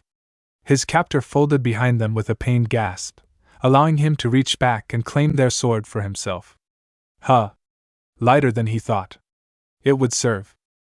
With his free hand he snatched Ingrid out the air, brought his borrowed blade to bear, and laid it atop her, effectively trapping his foe's throat in a scissoring motion. The slightest twitch or movement on her part would lop her head clean off. How about you don't move, missy? For he found himself looking upon a girl. Not a woman, but someone who was little more than a child, an adolescent scarcely out of their teenage years. Long dark hair framed a startled visage fro which stark green eyes shone, her cheeks adorned with pale gold jewelry. He caught the faint glint of armor beneath her white robe and little else, because before his very eyes the poor thing started to cry. Please wait, I beg of you. Her voice rose in a plaintive plea. Mercy! I meant you no harm. His grip wavered, but he didn't let her go. Who are you? She bit her lip but didn't look away. Couldn't, with his blades holding her fast. I am Athena. She spoke at last, her voice scarcely a whisper. Goddess of wisdom. A blonde brow rose. Don't seem very wise to me, missy. Yes, well, she huffed. Today has been a rather strange day. I'm hardly in top form and I thought you were hunting me. He was. He wisely chose not to say that. You could stand to be a bit friendlier. I beg your pardon. She tried to bow her head, then thought better of it when she remembered her position. I'm afraid a trick on my Poseidon's part landed me here. Her smile soured a little as she spat his name. Or perhaps it was Hades. Blasted uncles of mine, but I suppose that's what I get for quarreling with them. Might you know the way back to Olympus? Olympus? She really was Greek then. You're a long way from home. This is Vanaheim. May I get up then, please? Her voice warbled a little. My legs are falling asleep. Naruto released a sharp breath, and prayed he wouldn't regret the decision he was about to make. He lowered his blades, stabbed hers into the dirt, offered her a hand. Here. Athena grasped it all too happily. Athena wasn't skittish. Much to Naruto's relief, the fledgling Greek goddess happily accepted his invitation to the halls of Asgard. More than that, the daughter of Zeus wasn't made nervous by the idea of being near so many foreign gods. Far from it. She seemed eager to meet them, almost worryingly so. Say what you would about Athena, but she didn't have much fear in her. Perhaps that was due to her lineage. Why should she fear other deities when she was the daughter of one herself? And yet no one had come to greet them upon their return. More than a few common folk bowed to greet them as they passed, but of his fellow Aesir he saw no sign. By all rights Naruto knew Athena should be concerned by that. He certainly was. Ordinarily he couldn't take 2 steps into Asgard without getting swarmed. Yet for all his caution, young Athena displayed none. Goddess of wisdom indeed. She wasn't displaying much of that vaunted title right now. Bah, let the lass live a little. Kurama's suggestion aside, he wished he could, but Athena was his guest. Nothing could happen to her on his watch. Don't get too far ahead now, he called after her when she turned to race down the street. I don't want you running into Heimdall. Heim who? No, never mind that. This is fascinating. She rounded on him with wide eyes, hands linked behind her back. I always knew there were other pantheons, but to finally see one with my own eyes. Is it really that impressive? It is. Her head bobbed in an eager nod, setting her long hair swaying. This is how gods should live. She gestured with a bangled arm, bracer clinking softly with the sudden movement. Among the people. Olympus is too, Her lips pursed as she tried to find the word and failed. I can't think how best to put it. Gaudy? He ventured. Yes. She snapped her fingers in agreement. That. Exactly that. Why have a palace in the clouds when it distanced you from your subjects?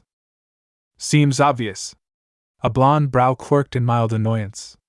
To look down on everyone else.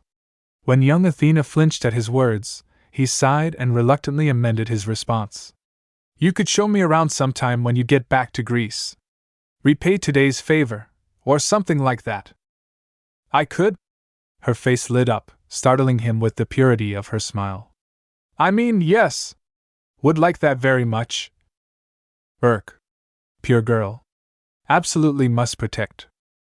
A low crackle of thunder across the horizon heralded a new arrival. He looked toward the clear clouds and watched them darken now, rapidly boiling their way. Well, he drawled. Looks like someone noticed us. Took him long enough. Athena followed his gaze. You have a god of the skies as well? The ghost of a smile graced his face. Not quite. A mighty tremor rattled the world behind him as Thor came crashing down from on high. There you are. He plodded forward, heedless of the curious sound Athena made. Allfather's been looking for you, huh? He spied said goddess over his shoulder a heartbeat later and squinted down at her with naked curiosity. Well, I'll be damned. That her? She the stray goddess Odin was on about. Yup. Naruto smacked his lips, producing an audible pop. Found her in Vanaheim. Huh. Thor blinked. Guess that's what the old man's beard in a twist. Yup. I thought she'd be bigger. Athena absolutely hissed. I beg your pardon? Careful now. Naruto thrust an arm between them before they could come to blows. Be nice. She's quicker than she looks with that sword of hers. HRMPH, whatever you say. His half-brother didn't look much convinced by his reasoning. What's she the god of anyway? Flowers? I am the goddess of wisdom and war. Athena put in with eerie calm. And you will not speak to me that way. Ha! Thor barked a belly laugh. War? You couldn't find your way out of a wet paper bag. You're no match for the god of thunder. God of thunder, you say? A dangerous look danced through Athena's eyes, hinting at potential yet untapped. God of hammers, more like? The young goddess suppressed her ire a moment later and adopted a wan smile in its place. My lord father might have something to say about that. Ha! That at last got a grin from Thor. Your old man's welcome to get off his ass and try Balderau. Naruto ruthlessly elbowed him in the gut, drawing a grunt and a glare from the bearded brute besides. The hell was that for? I can feel that. You're being rude. Another elbow cut him off. Knock it off. Nah. The bearded brute shook his head. Just being polite. If I was being an arse, she would have met Mjolnir with her face by now. Thor. Yeah? Stop. Poking. Her. Fine, spoil sport. Naruto looked to Athena, expecting the worst. As such, her giggle utterly baffled him. Thor glowered her way, not quite comprehending the reason for her mirth. What's so funny, runt? You are. She wiped a mirthful tear from the corner of her eye with a happy sigh. The both of you. At their baffled expressions she hastened to continue. I was led to believe that those of the Norse were drunken brutes and berserkers all, little more than merry madmen who gloried in battle and little else. Naruto quirked a brow Thor's way. I wonder who gave us that reputation. The god of thunder looked away, whistling innocently. Dunno. There it is again. Athena laughed again, a soft musical melody that stirred the soul. That's precisely what I mean. Although the two of you are clearly kin, you show such kindness to one another. More than that, you listen to each other, unlike my uncles.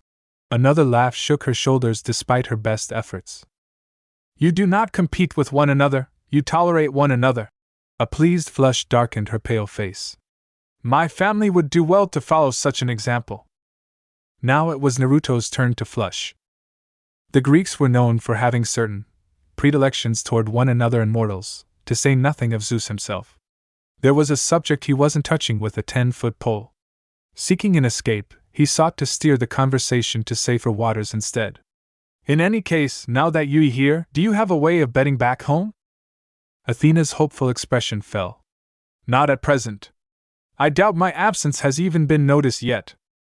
There it was again. It felt like he just kicked a puppy.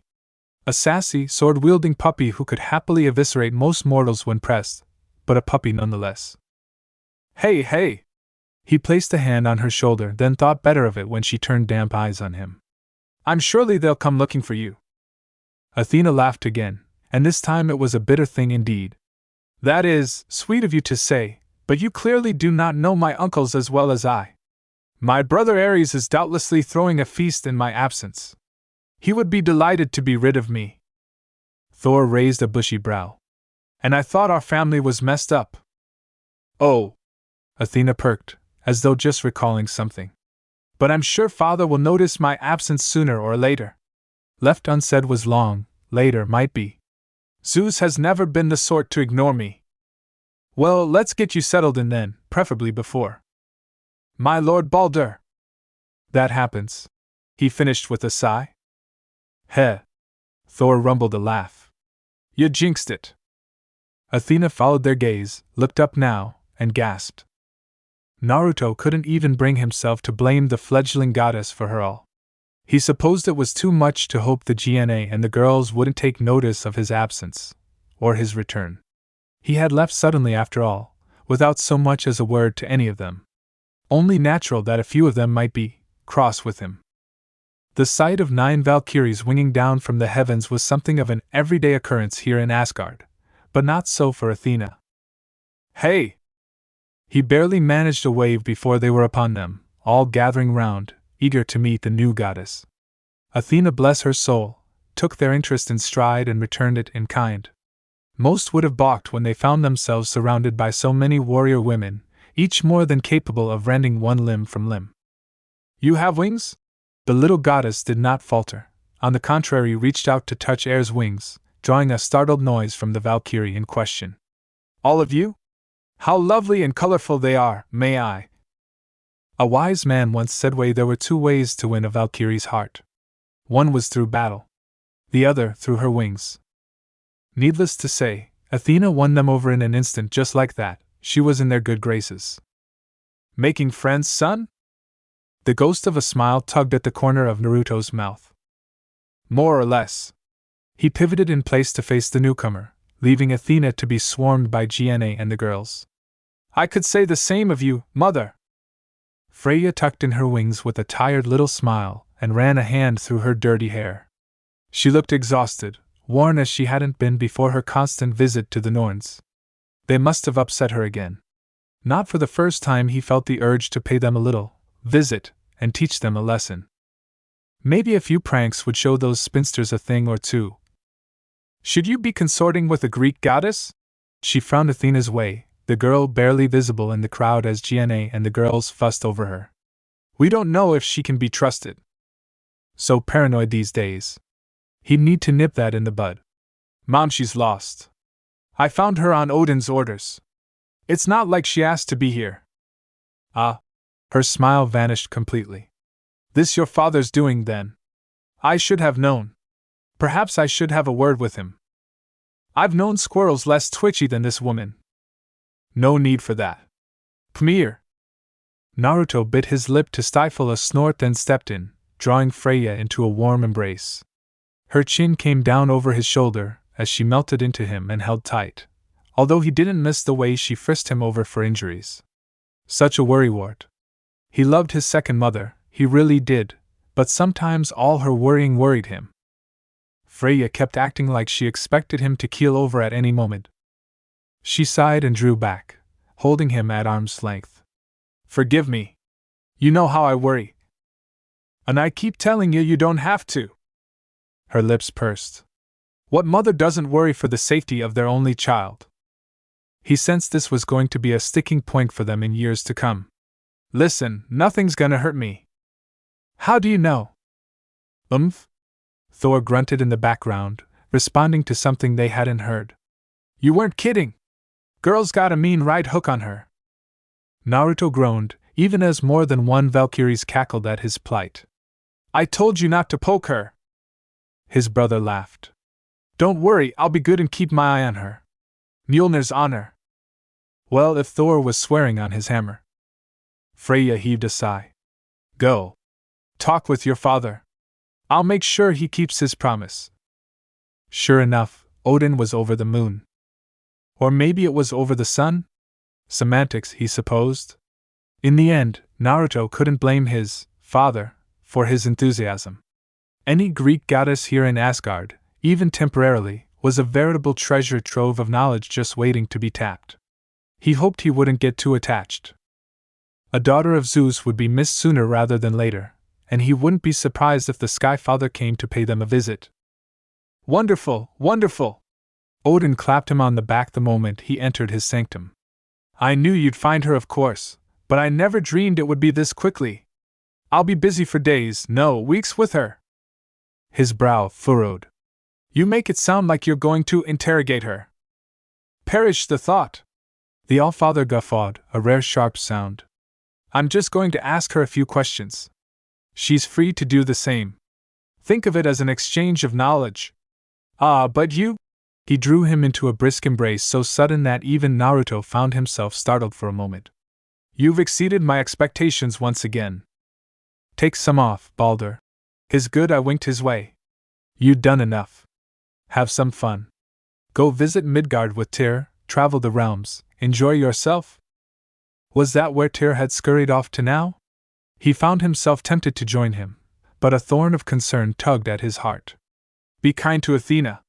She's very young. Looking for a Greek bride now, are we? Heat speared through his face. I don't know what you mean. No? Odin's grin was telling, damn him. You seem awfully protective of her. Drop it, old man. Now, no need to get so defensive. Scotty could stand to have a little competition. A book winged his way and he ducked nimbly. All right, I get the hint. Relax. She'll be safe with me. He made a sign with his right hand and sketched a shallow, patronizing bow. All father's honor. Naruto quirked a brow. I swear on the ravens. Happy now? His brow climbed higher. Fine, I swear on my good eye. Ravens. Better. It was the best he'd get out of him. Good. Mind sending me to my room? I want to rest. Not at all. Odin tapped his spear against the ground. Hug in. A vortex of ravens whirled around him, and in an instant he found himself spirited away to his door. Naruto took a moment to exhale, bid Hugin farewell, and slipped inside. He felt the air shimmer as he did, just as it should. Good. No one had tried to enter since he'd last been here. His home away from home was, quite literally, the safest place in Asgard, made utterly secure by seals and all manner of traps. None could enter without his permission save Tyr. No ravens could spy upon here, no spell could slip in without his notice. It was his last bastion, his fortress, his sanctuary, his place to air his thoughts in private without fear of being discovered. A moment of silence passed. Naruto inhaled. Exhaled. Considered the paintings on his walls, the bed with its heavy fur blankets, the writing desk piled with papers and all manner of research. There was still so much to do. He thought he had more time before things spun out of control. Athena's arrival threatened to complicate things. Complicate them a great deal. Her presence here would doubtless draw the ire of others, which would in turn force him to accelerate his plans even further. He was prepared to deal with the Norse pantheon, but he had so little knowledge of the Greeks. Should he find Tyr? Ask him to spirit Athena back to Greece? With the Unity Stone he could. No, that wasn't fair to her. Damn it. His fist slammed down, cracking the wall. Ingrid trilled mournfully in her sheath like a worried child. Your heart hurts? I'm fine. Anger spent, he blew out a breath and threw himself onto his bed. Just had to get that out of my system. Better out than in, I say. Darn dwarves and their tricky teleporting bullshit. Naruto nearly jumped clean out his skin. Damn it, Brock. Don't do that. How'd you get in here? The Azure Vulgarian shrugged. Blame the all-fucker for not locking down all the paths round here. Odin likely would if he heard of this, all the more reason to keep it quiet. He scowled his way. What do you want?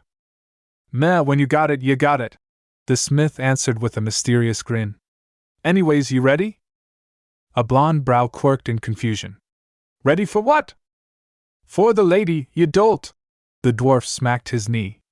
I ain't never been myself, Sindri always got in the way, but hey, what he don't know won't kill him, eh? His voice lowered in a warning. Brock! Come on! I got's a one-way shortcut for ya. Free of charge. Bright eyes widened. Narrowed now. He had a bad feeling about this. What do you mean a one-way, eh? Reality unfolded and he found himself lurching forward onto his hands and knees, losing what little he'd eaten this morning. Kurama garbed a string of gibberish in his head. Ingrid joined the both of them with an indignant squawk. Who knew a sword could get motion sickness? No, never mind that, he had a smith to smack. Brock! He gurgled, gagged now as he wiped a line of drool from the corner of his mouth. You son of a bitch! Warn me next time! Where's the fun in that? The dwarf slapped his back. Up and at 'em!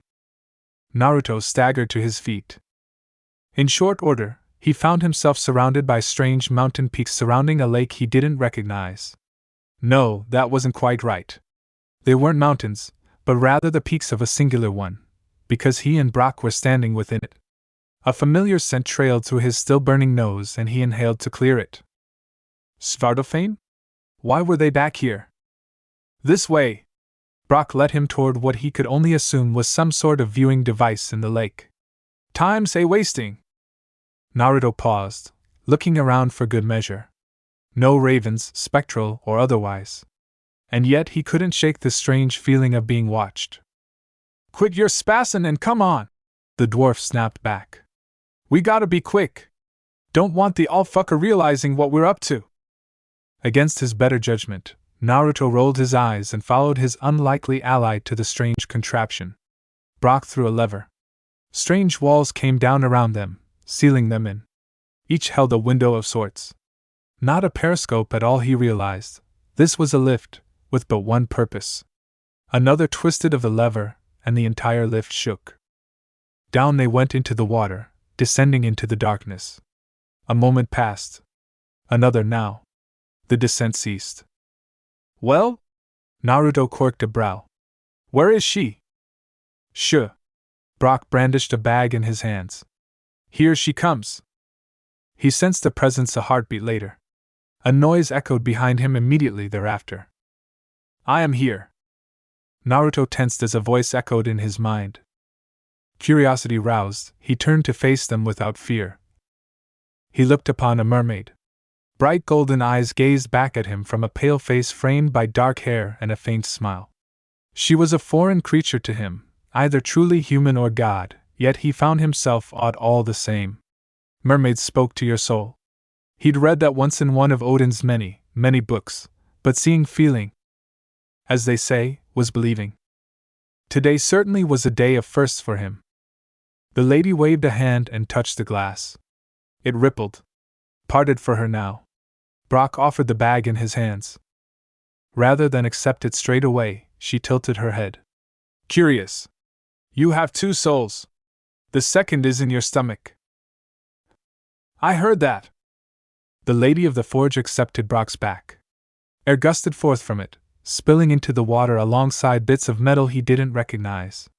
She considered them, as an artisan might her paints, then turned to them. Once more she held out her hand with intent. Brock nudged him. You know what she needs? The blood of a god. The lady of the forge beckoned silently. Fine. He bit his thumb and thrust his hand through the portal.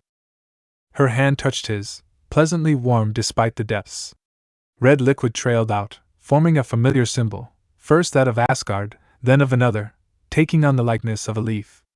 She swirled the hand and bound it to the bits of metal Brock had offered her, binding it to them, forming something, shaping it.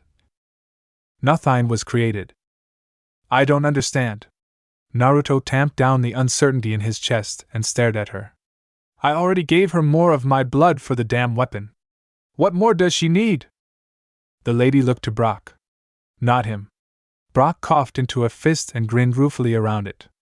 She, wants you in the water. With her. Oh? Oh.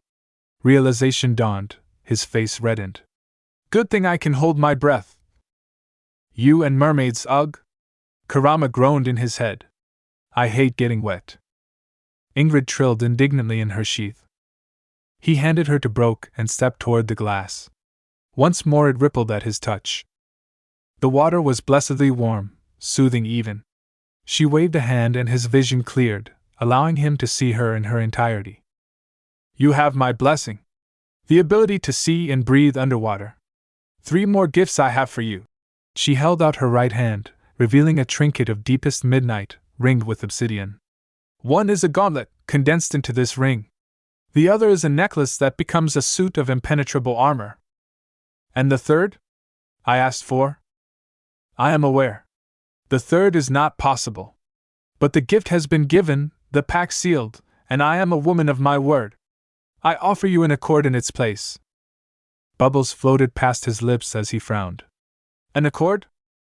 A compromise, she elucidated for him. What might that be? She swam closer, ran a hand over his bare chest. Lay with me. Her fingers trailed across his skin. Here and now, and from our union a child we be born. A daughter. I don't think that's how it works. You truly think that, don't you? A startled laugh burst from her, manifesting in a cloud of bubbles. You are so powerful, yet you know so very little of our kin, she tittered. How amusing. He recovered his wits a heartbeat later. That's a very gracious offer. Yet you are nervous. She spread her arms wide, creating ripples in the water. Do you not find me attractive? I do. He did. She was beautiful in a strange, ethereal way. He'd never seen anyone like her, and he likely never would again. Sure enough, her grin grew. Your silence is the answer. Blast it, she could read his soul. Forgot about that. There really was no hiding anything from her. What do I call you? A blink, and for the first time since he'd met her, her smile vanished. Pardon? Your name. Ah. Her smile returned, this time holding a rueful edge. I cast mine aside a long time ago. In truth, I no longer remember it. If you must call me something, I suppose live will do. He knew the word well enough. Means life. Yes. She hummed happily. You know your language well. It is what I do. I create. Breathe new life into weapons and armor like yours. She tilted her head a little, hair lofting in the water. Tell me, how does this name strike you? Lovisa. He repeated it. No, she shook her head, setting her hair swaying once more. Low 6SA. She rolled the a little on her tongue. It means warrior. It will be the name of our child. Sound like you've got everything planned out. Not everything. She pulled him closer. Her lips met his. Brock was waiting for him when he finally emerged from the lake. Had fun? Quiet, you little blue voyeur. Someone else was waiting for them. A hand grasped him by his vest, pulled him out of the water, and hauled him up. Its owner stepped forward, all but pressing herself against him. Ice blue eyes met his. You're a difficult man to find, Baldur. He gulped. Hey, Scotty. Fancy seeing you here. Amid the myriad of locals that constituted the 9 realms, Svartalfheim felt somewhat like the odd one out. Asgard and Midgard, despite being the homes of gods and mortals respectively, had relatively similar appearances and climates, the only difference being the presence of the Bifrost in the sky and the plethora of gods willing to change the weather on a whim. Muspelheim and Niflheim were fire and ice respectively, Alfheim was a desert, or a lake depending on who currently controlled the light, and Helheim was about as cold as the vacuum of space. The realm of the giants was little but mountains that scraped the sky, and Vanaheim was far more an earthly paradise than the earth itself. But Svartalfheim? It was a mineral-rich land where the dwarves had tunneled and mined into every somewhat hard surface to the point an accurate map would set off trypophobia with a glance. It was also the middle of summer, so the lone mountain of Nidavellir was balmy enough to walk around without the fuzz that most Aesir preferred. And yet, for all of that, Naruto felt a shiver of pleasant coolness run over his bare chest at the sight of Skadi as a daughter. True to her Jotunar heritage, Skadi was tall, at least 2 inches taller than him. Her form was lithe and strong yet with no true bulk to it. Her skin was very pale with a touch of blue that one could only see on winter mornings, while her hair was white as virgin snow. A pair of pupilless sky blue eyes glowed lightly in their sockets, framed by a pair of dark blue tribal tattoos that branched off from her right eye up into her hairline. She had plump, pouting lips that had been painted with cobalt-colored lipstick, currently set in a sultry smile. Lastly of note were the 2 small braids she wore on either side of her head, the rest of her hair tied back in a high ponytail. The daughter of Thiazi wore a tight-fitting blue tunic edged with wolf fur, her arms bound in leather vambraces and rune-marked straps. Her long legs were clad in a pair of tight-fitting dark blue leggings tucked into furred brown riding boots. A short pelt served as a sash around her waist, and a furred cloak not unlike Thor's was pinned at her shoulders. "Hey!" Naruto drawled out laconically, internally flip-flopping on what he felt right now. On the one hand he was over the moon to see her again, on the other hand. Braff guffawed. "Sweet Nana's nethers! That has got to be the tightest pair of pants I ever saw, your moose knuckling down there, missy." Naruto's hand whipped out to cuff Brock around his balding head with a smack that resounded through the mountains. "On hat's not how you talk to a lady." "Fuck off!" Brock rubbed the top of his head, giving Naruto a one-fingered salute. "I know how to talk to ladies plenty well, you on the other hand, ya ass or lummox, prefer talking with your scrote." Naruto cringed, seeing Scotty raise a snowy brow at the comment before sniffing the air. Her eyes widened in surprise which quickly morphed into territorial glee. She stalked forwards with feline grace, her footfalls producing nary a sound as she went until she was directly in front of Naruto. "Now that's a familiar scent, though I've never smelled it quite like the mix of an acer and something so." She circled Naruto slowly before resting her chin on his shoulder, and inhaled deeply, smirking at him seductively again. "Rare." Naruto tingled at her touch but stepped away, only for Scotty to grab his wrist and twist him back around to face her. Brock? Now would be a good time to dash." "Wump!" went the crass dwarf, the hint of a cackle on the air as he stepped between the realms and left Naruto to the mercies of the now grinning Scotty. "Traitorous little rotter," he thought before stifling a laugh of his own as Scotty advanced on him. So what brings you to Svartalfheim, Scotty?" "Game mostly," she said slowly advancing once again, her muse clearly set on the reincarnated Acer before her. "Word has it that some rare foreign beasts have been making their way between realms for whatever reason, and after all, you can't keep a good hunt away from the huntress now, can you?" Naruto hummed in thought, filing that bit of info away for later. First the Greek goddess of wisdom and war finds herself in Vanaheim, and now unseen beasts. This bore a closer look. "I see. Well, I wish you well on your hunt, but I kind of have places to be." Scotty's face grew more eager, tilting to the side to appraise him as if he were a piece of prime-cut meat. "Running back to Asgard already, Baldur? Don't tempt a girl with a good time after another one has just poached on her patch." So she knew then. Bugger. "Look!" He heaved a sigh while tensing his legs. "Please don't fight." "Fight, no." She licked her lips.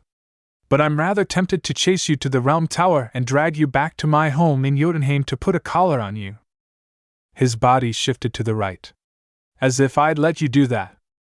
She matched him and let out a shrill peal of laughter, the spark of competition gleaming in her eye. "I am a proud woman, Baldur the Bright, in my hunt and with whom I claim.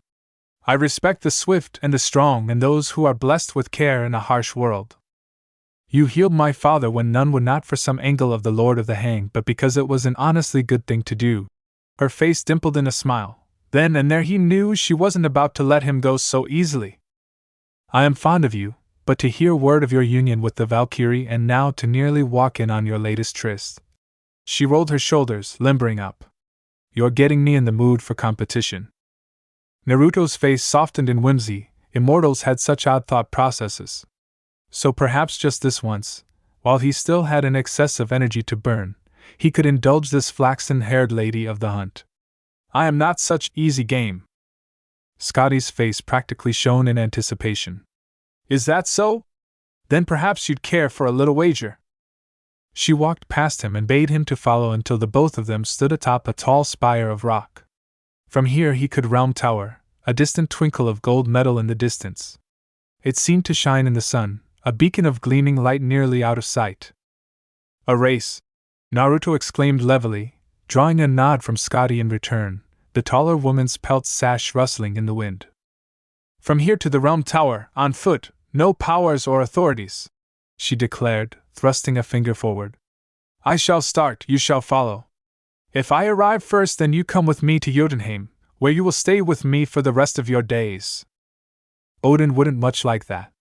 Then again, he really didn't give a flying fig for what the old man thought these days. Still, he didn't like the idea of leaving GNA and his family behind, never mind Mom. No, as entertaining as it might be to give his old man an aneurysm, forsaking Asgard forever would inevitably cause too many problems in the long run. He didn't fail to notice that Sakti hadn't mentioned the reverse. And if I catch you before we get there? He questioned, watching the giantess like a hawk. What then? Scotty turned to face him head-on and crossed her arms beneath her bust. Then Asgard will sway to the sound of an Aesir and a Jotun in union once again. Huh. A win-win. Somehow I think GNA is gonna have a problem with that. Naruto deadpanned. She's welcome to join us in bed, I'll be gentle with the both of you. What? Too late did he realize that he had been led into a snare. Scotty slammed a palm into his solar plexus, sending him skidding backwards and momentarily knocking the wind from his lungs. It didn't stall him for long, but by the time he looked to where Scotty had last been standing, he saw the tips of her furred cloak vanishing over the edge of the cliff. Cheap shot! He shouted, scrambling to the drop and launching himself into the air with a mighty leap. He was answered by a peal of laughter far below, and quickly spotted Scotty sprinting across the landscape of smaller peaks, sparse greenery and rocky crags that made up the landscape. She was grace in motion, darting from peak to peak like a nimble mountain goat, her white hair shining in the afternoon sun. Tucking in his arms and legs, Naruto dived towards the ground at terminal velocity, his glide ratio making up a third of the distance that Scotty had been able to open up ahead of him. As he fell, he considered his options. Scotty was well known as the greatest cross-country runner in the entire 9 realms, but her specialty was snow, not the rocky prairies of Svartalfheim. And her massive speed on the snow was yielded less by her prodigious speed and intuition but her skis, which couldn't be deployed here. Meaning I got a chance, he said aloud, plowing through a rocky hillock with a crash, spooking a cohort of dwarves who had been trying in vain to shift it. While Scotty had said they were not allowed to use anything beyond their bodies, it didn't mean Naruto was not going to abuse his biological talents. One that had persisted from one life to the next was hard head and hardier body, meaning he could go as the crow flies and smash through anything in his path. Soon enough, scores of dwarves paused in their daily work and peeked from their tunnels to watch the chase across their homeland. The white and blue Jotun pranced through the air and along the ground, a leaf caught on the breeze while the blonde Aesir thundered in pursuit. The gap between them would grow and shrink sporadically, and every time Naruto came within a hair's breadth of tackling the statuesque runner to the ground did she slip through his grasp and continue the race to the Realm Tower. Scotty, you keep running from me even though you want to be caught, he wondered to himself. Is it victory over me that motivates you to prance and smile, or the fact that the huntress is being hunted that thrills you? Soon enough, his waking thoughts bled away, washed into the sea by the flood of instinct, the melody and rhythm of the hunt. He vaulted a boulder and planted his feet against it, springboarding off it with enough force to fragment it. He careened through the air towards Scotty and attempted to make a grab, but the young woman must have felt a change in the wind, sliding under a low-hanging shelf of shale before rolling forwards in a front handspring that propelled her over a river, her pupilless eyes shining with mirth as she looked back at him. Rearing back a fist, Naruto smashed through the shale with a bang, grabbing a stray lump of rock as long as he was tall and throwing it at the river. The toss was perfect, and it flew as straight as an arrow, hitting the water. Naruto did not break his stride and sprinted at the water. The moment his foot hit the shale plinth, his momentum propelled it forwards, now both surfing across the river before pitching forwards when it hit the opposite bank and shooting Naruto into the air like a cannonball. You Aesir are all the same, brute forcing even in finesse, Scotty hollered, amused at Naruto's choice in making up the gap in skill. Never met a problem I couldn't punch my way out of. he answered, ironically kicking off an archway to get ahead of Scotty as the realm tower hove into view. Scotty watched as he soared through the air at the bronze and gold tower, about to hit, until he used it to slingshot back the other way, flying at her from the front like a fallen star with his arms wide. So close had she been to victory that she had no time to react to his sudden reversal of fortune. Her eyes widened, lips parting in a gasp, and then the world became a blur. He collided with Scotty full tilt, arms locked around her waist and sending them both rolling one over the other into the brush, laughing the whole time until they finally came to a stop with Scotty resting atop him. Well, straddling him, really? Despite his victory she seemed rather smug, or perhaps in spit EOF it. Gotcha. He smirked, idly running a hand over the soft pelt she used as a waist sash. Scotty scoffed in reply. And yet I'm the one sitting atop you, tough choice. I don't see you getting up. Why would I? She touched a hand her shoulders, letting her cloak fall to the wayside. You've caught me, Baldur. Her bodice soon joined it, freeing her heavenly bosom to his wanting eyes. She bared her upper torso to him without fear, snow-white skin gleaming in the waning light of the sun. Claim your prize. His throat went dry. There it is. She licked her lips. That's the look I've been waiting for. They shared that look, the golden light of the sunset capturing them both in a moment of time. Until, with no prompting at all, Scotty planted a hand on his chest and leaned down to kiss him deeply. It was no night in Asgard, that was for certain, but a Svartalfheim's sunset was a fine consolation prize in this race. Heimdall Odinson was nearing the end of his rope. It had been a long time coming and perhaps definitely deserved, but his so-called half-brother Baldur had finally pushed him towards his wit's end. The purple-eyed Aesir could not tally the total list of debasement he had faced at the hands of the blue-eyed dolt, but something inside him had snapped upon his latest visit to the whites of healing.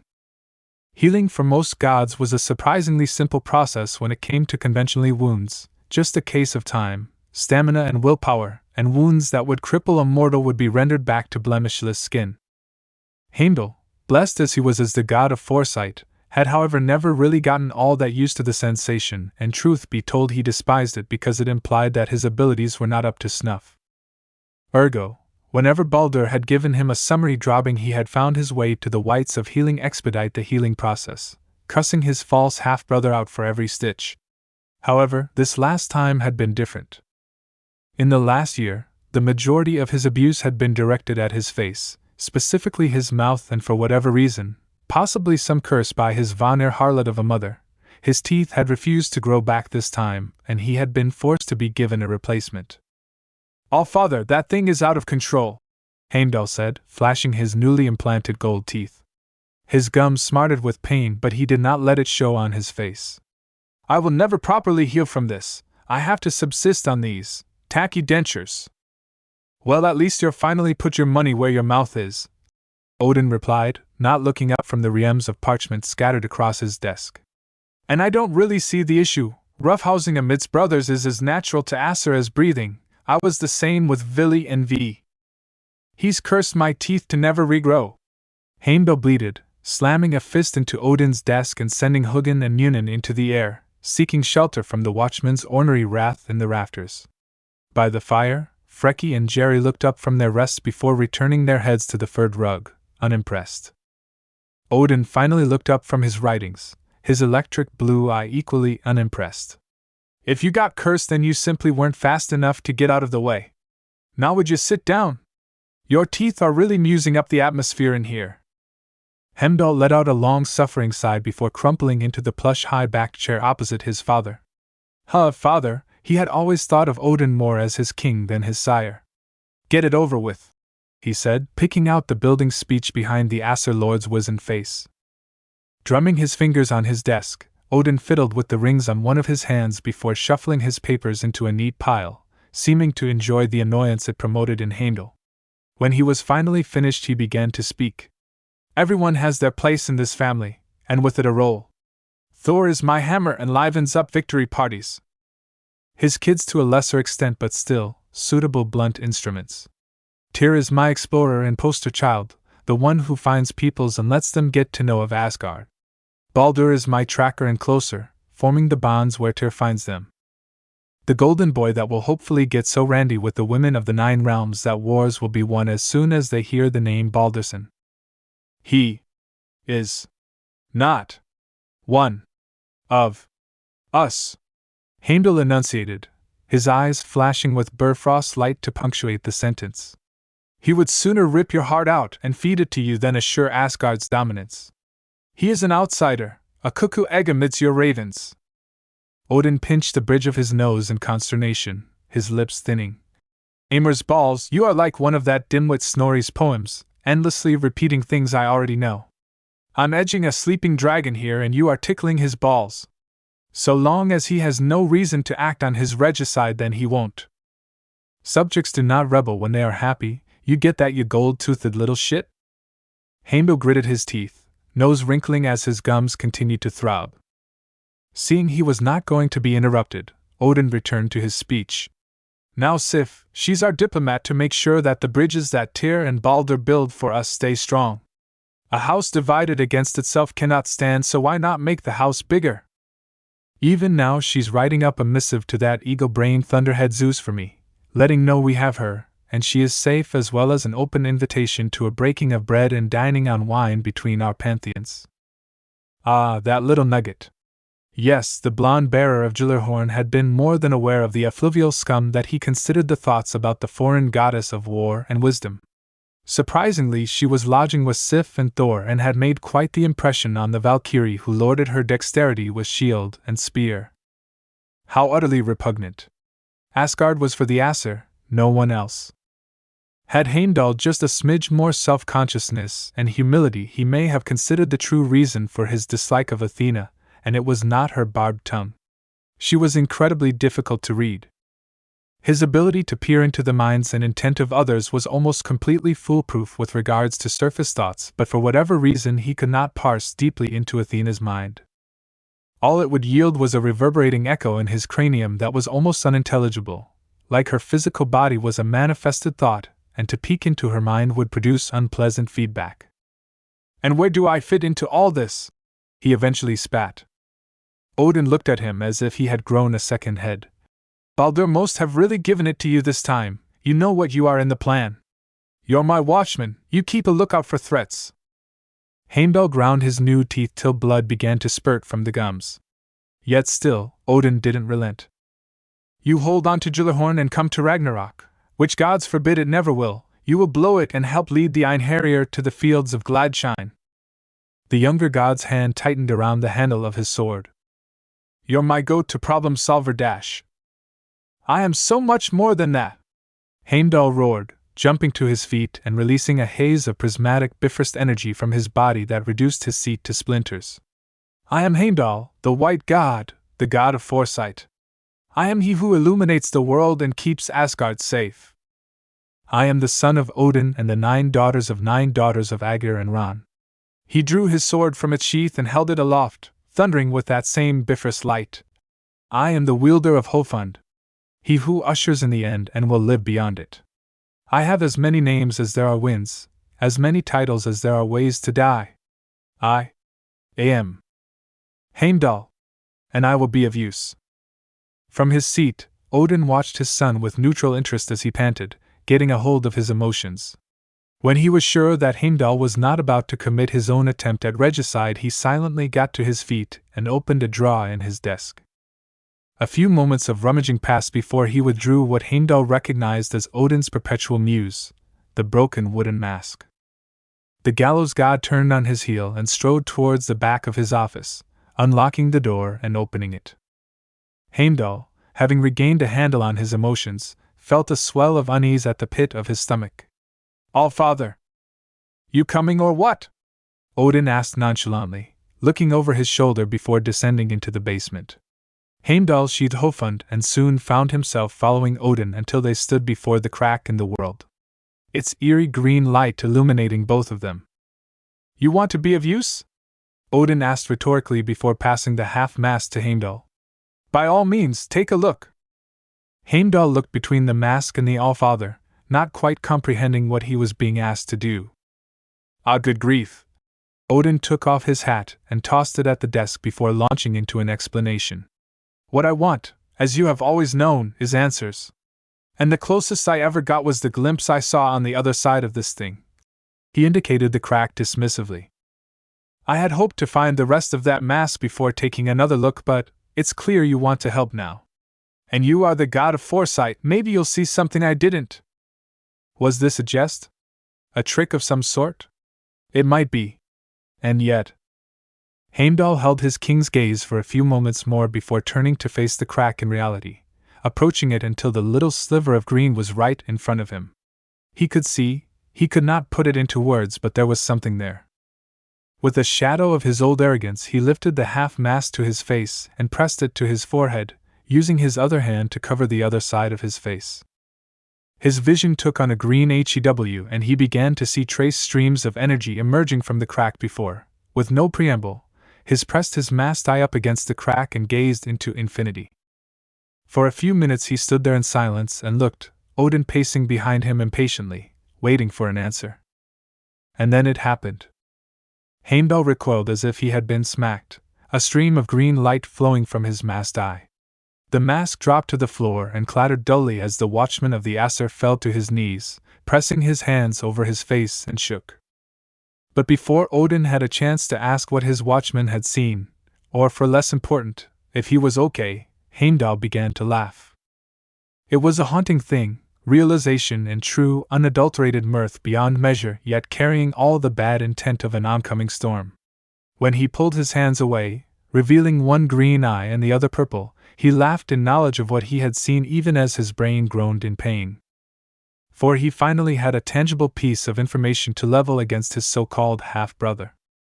And he would use this knowledge, oh yes. That fool of a god. He had no idea. His days were numbered. You are not the only foreign soul in this land, Baldur.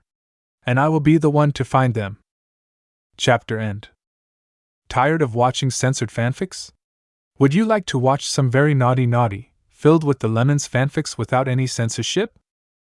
I'm happy to announce that I opened Patreon page for you guys, where you could watch Naruto/Deku, 18+ stories without any censoring. Not only that, you can also see the NSFW images of characters of the fics on my Patreon, which I make by myself.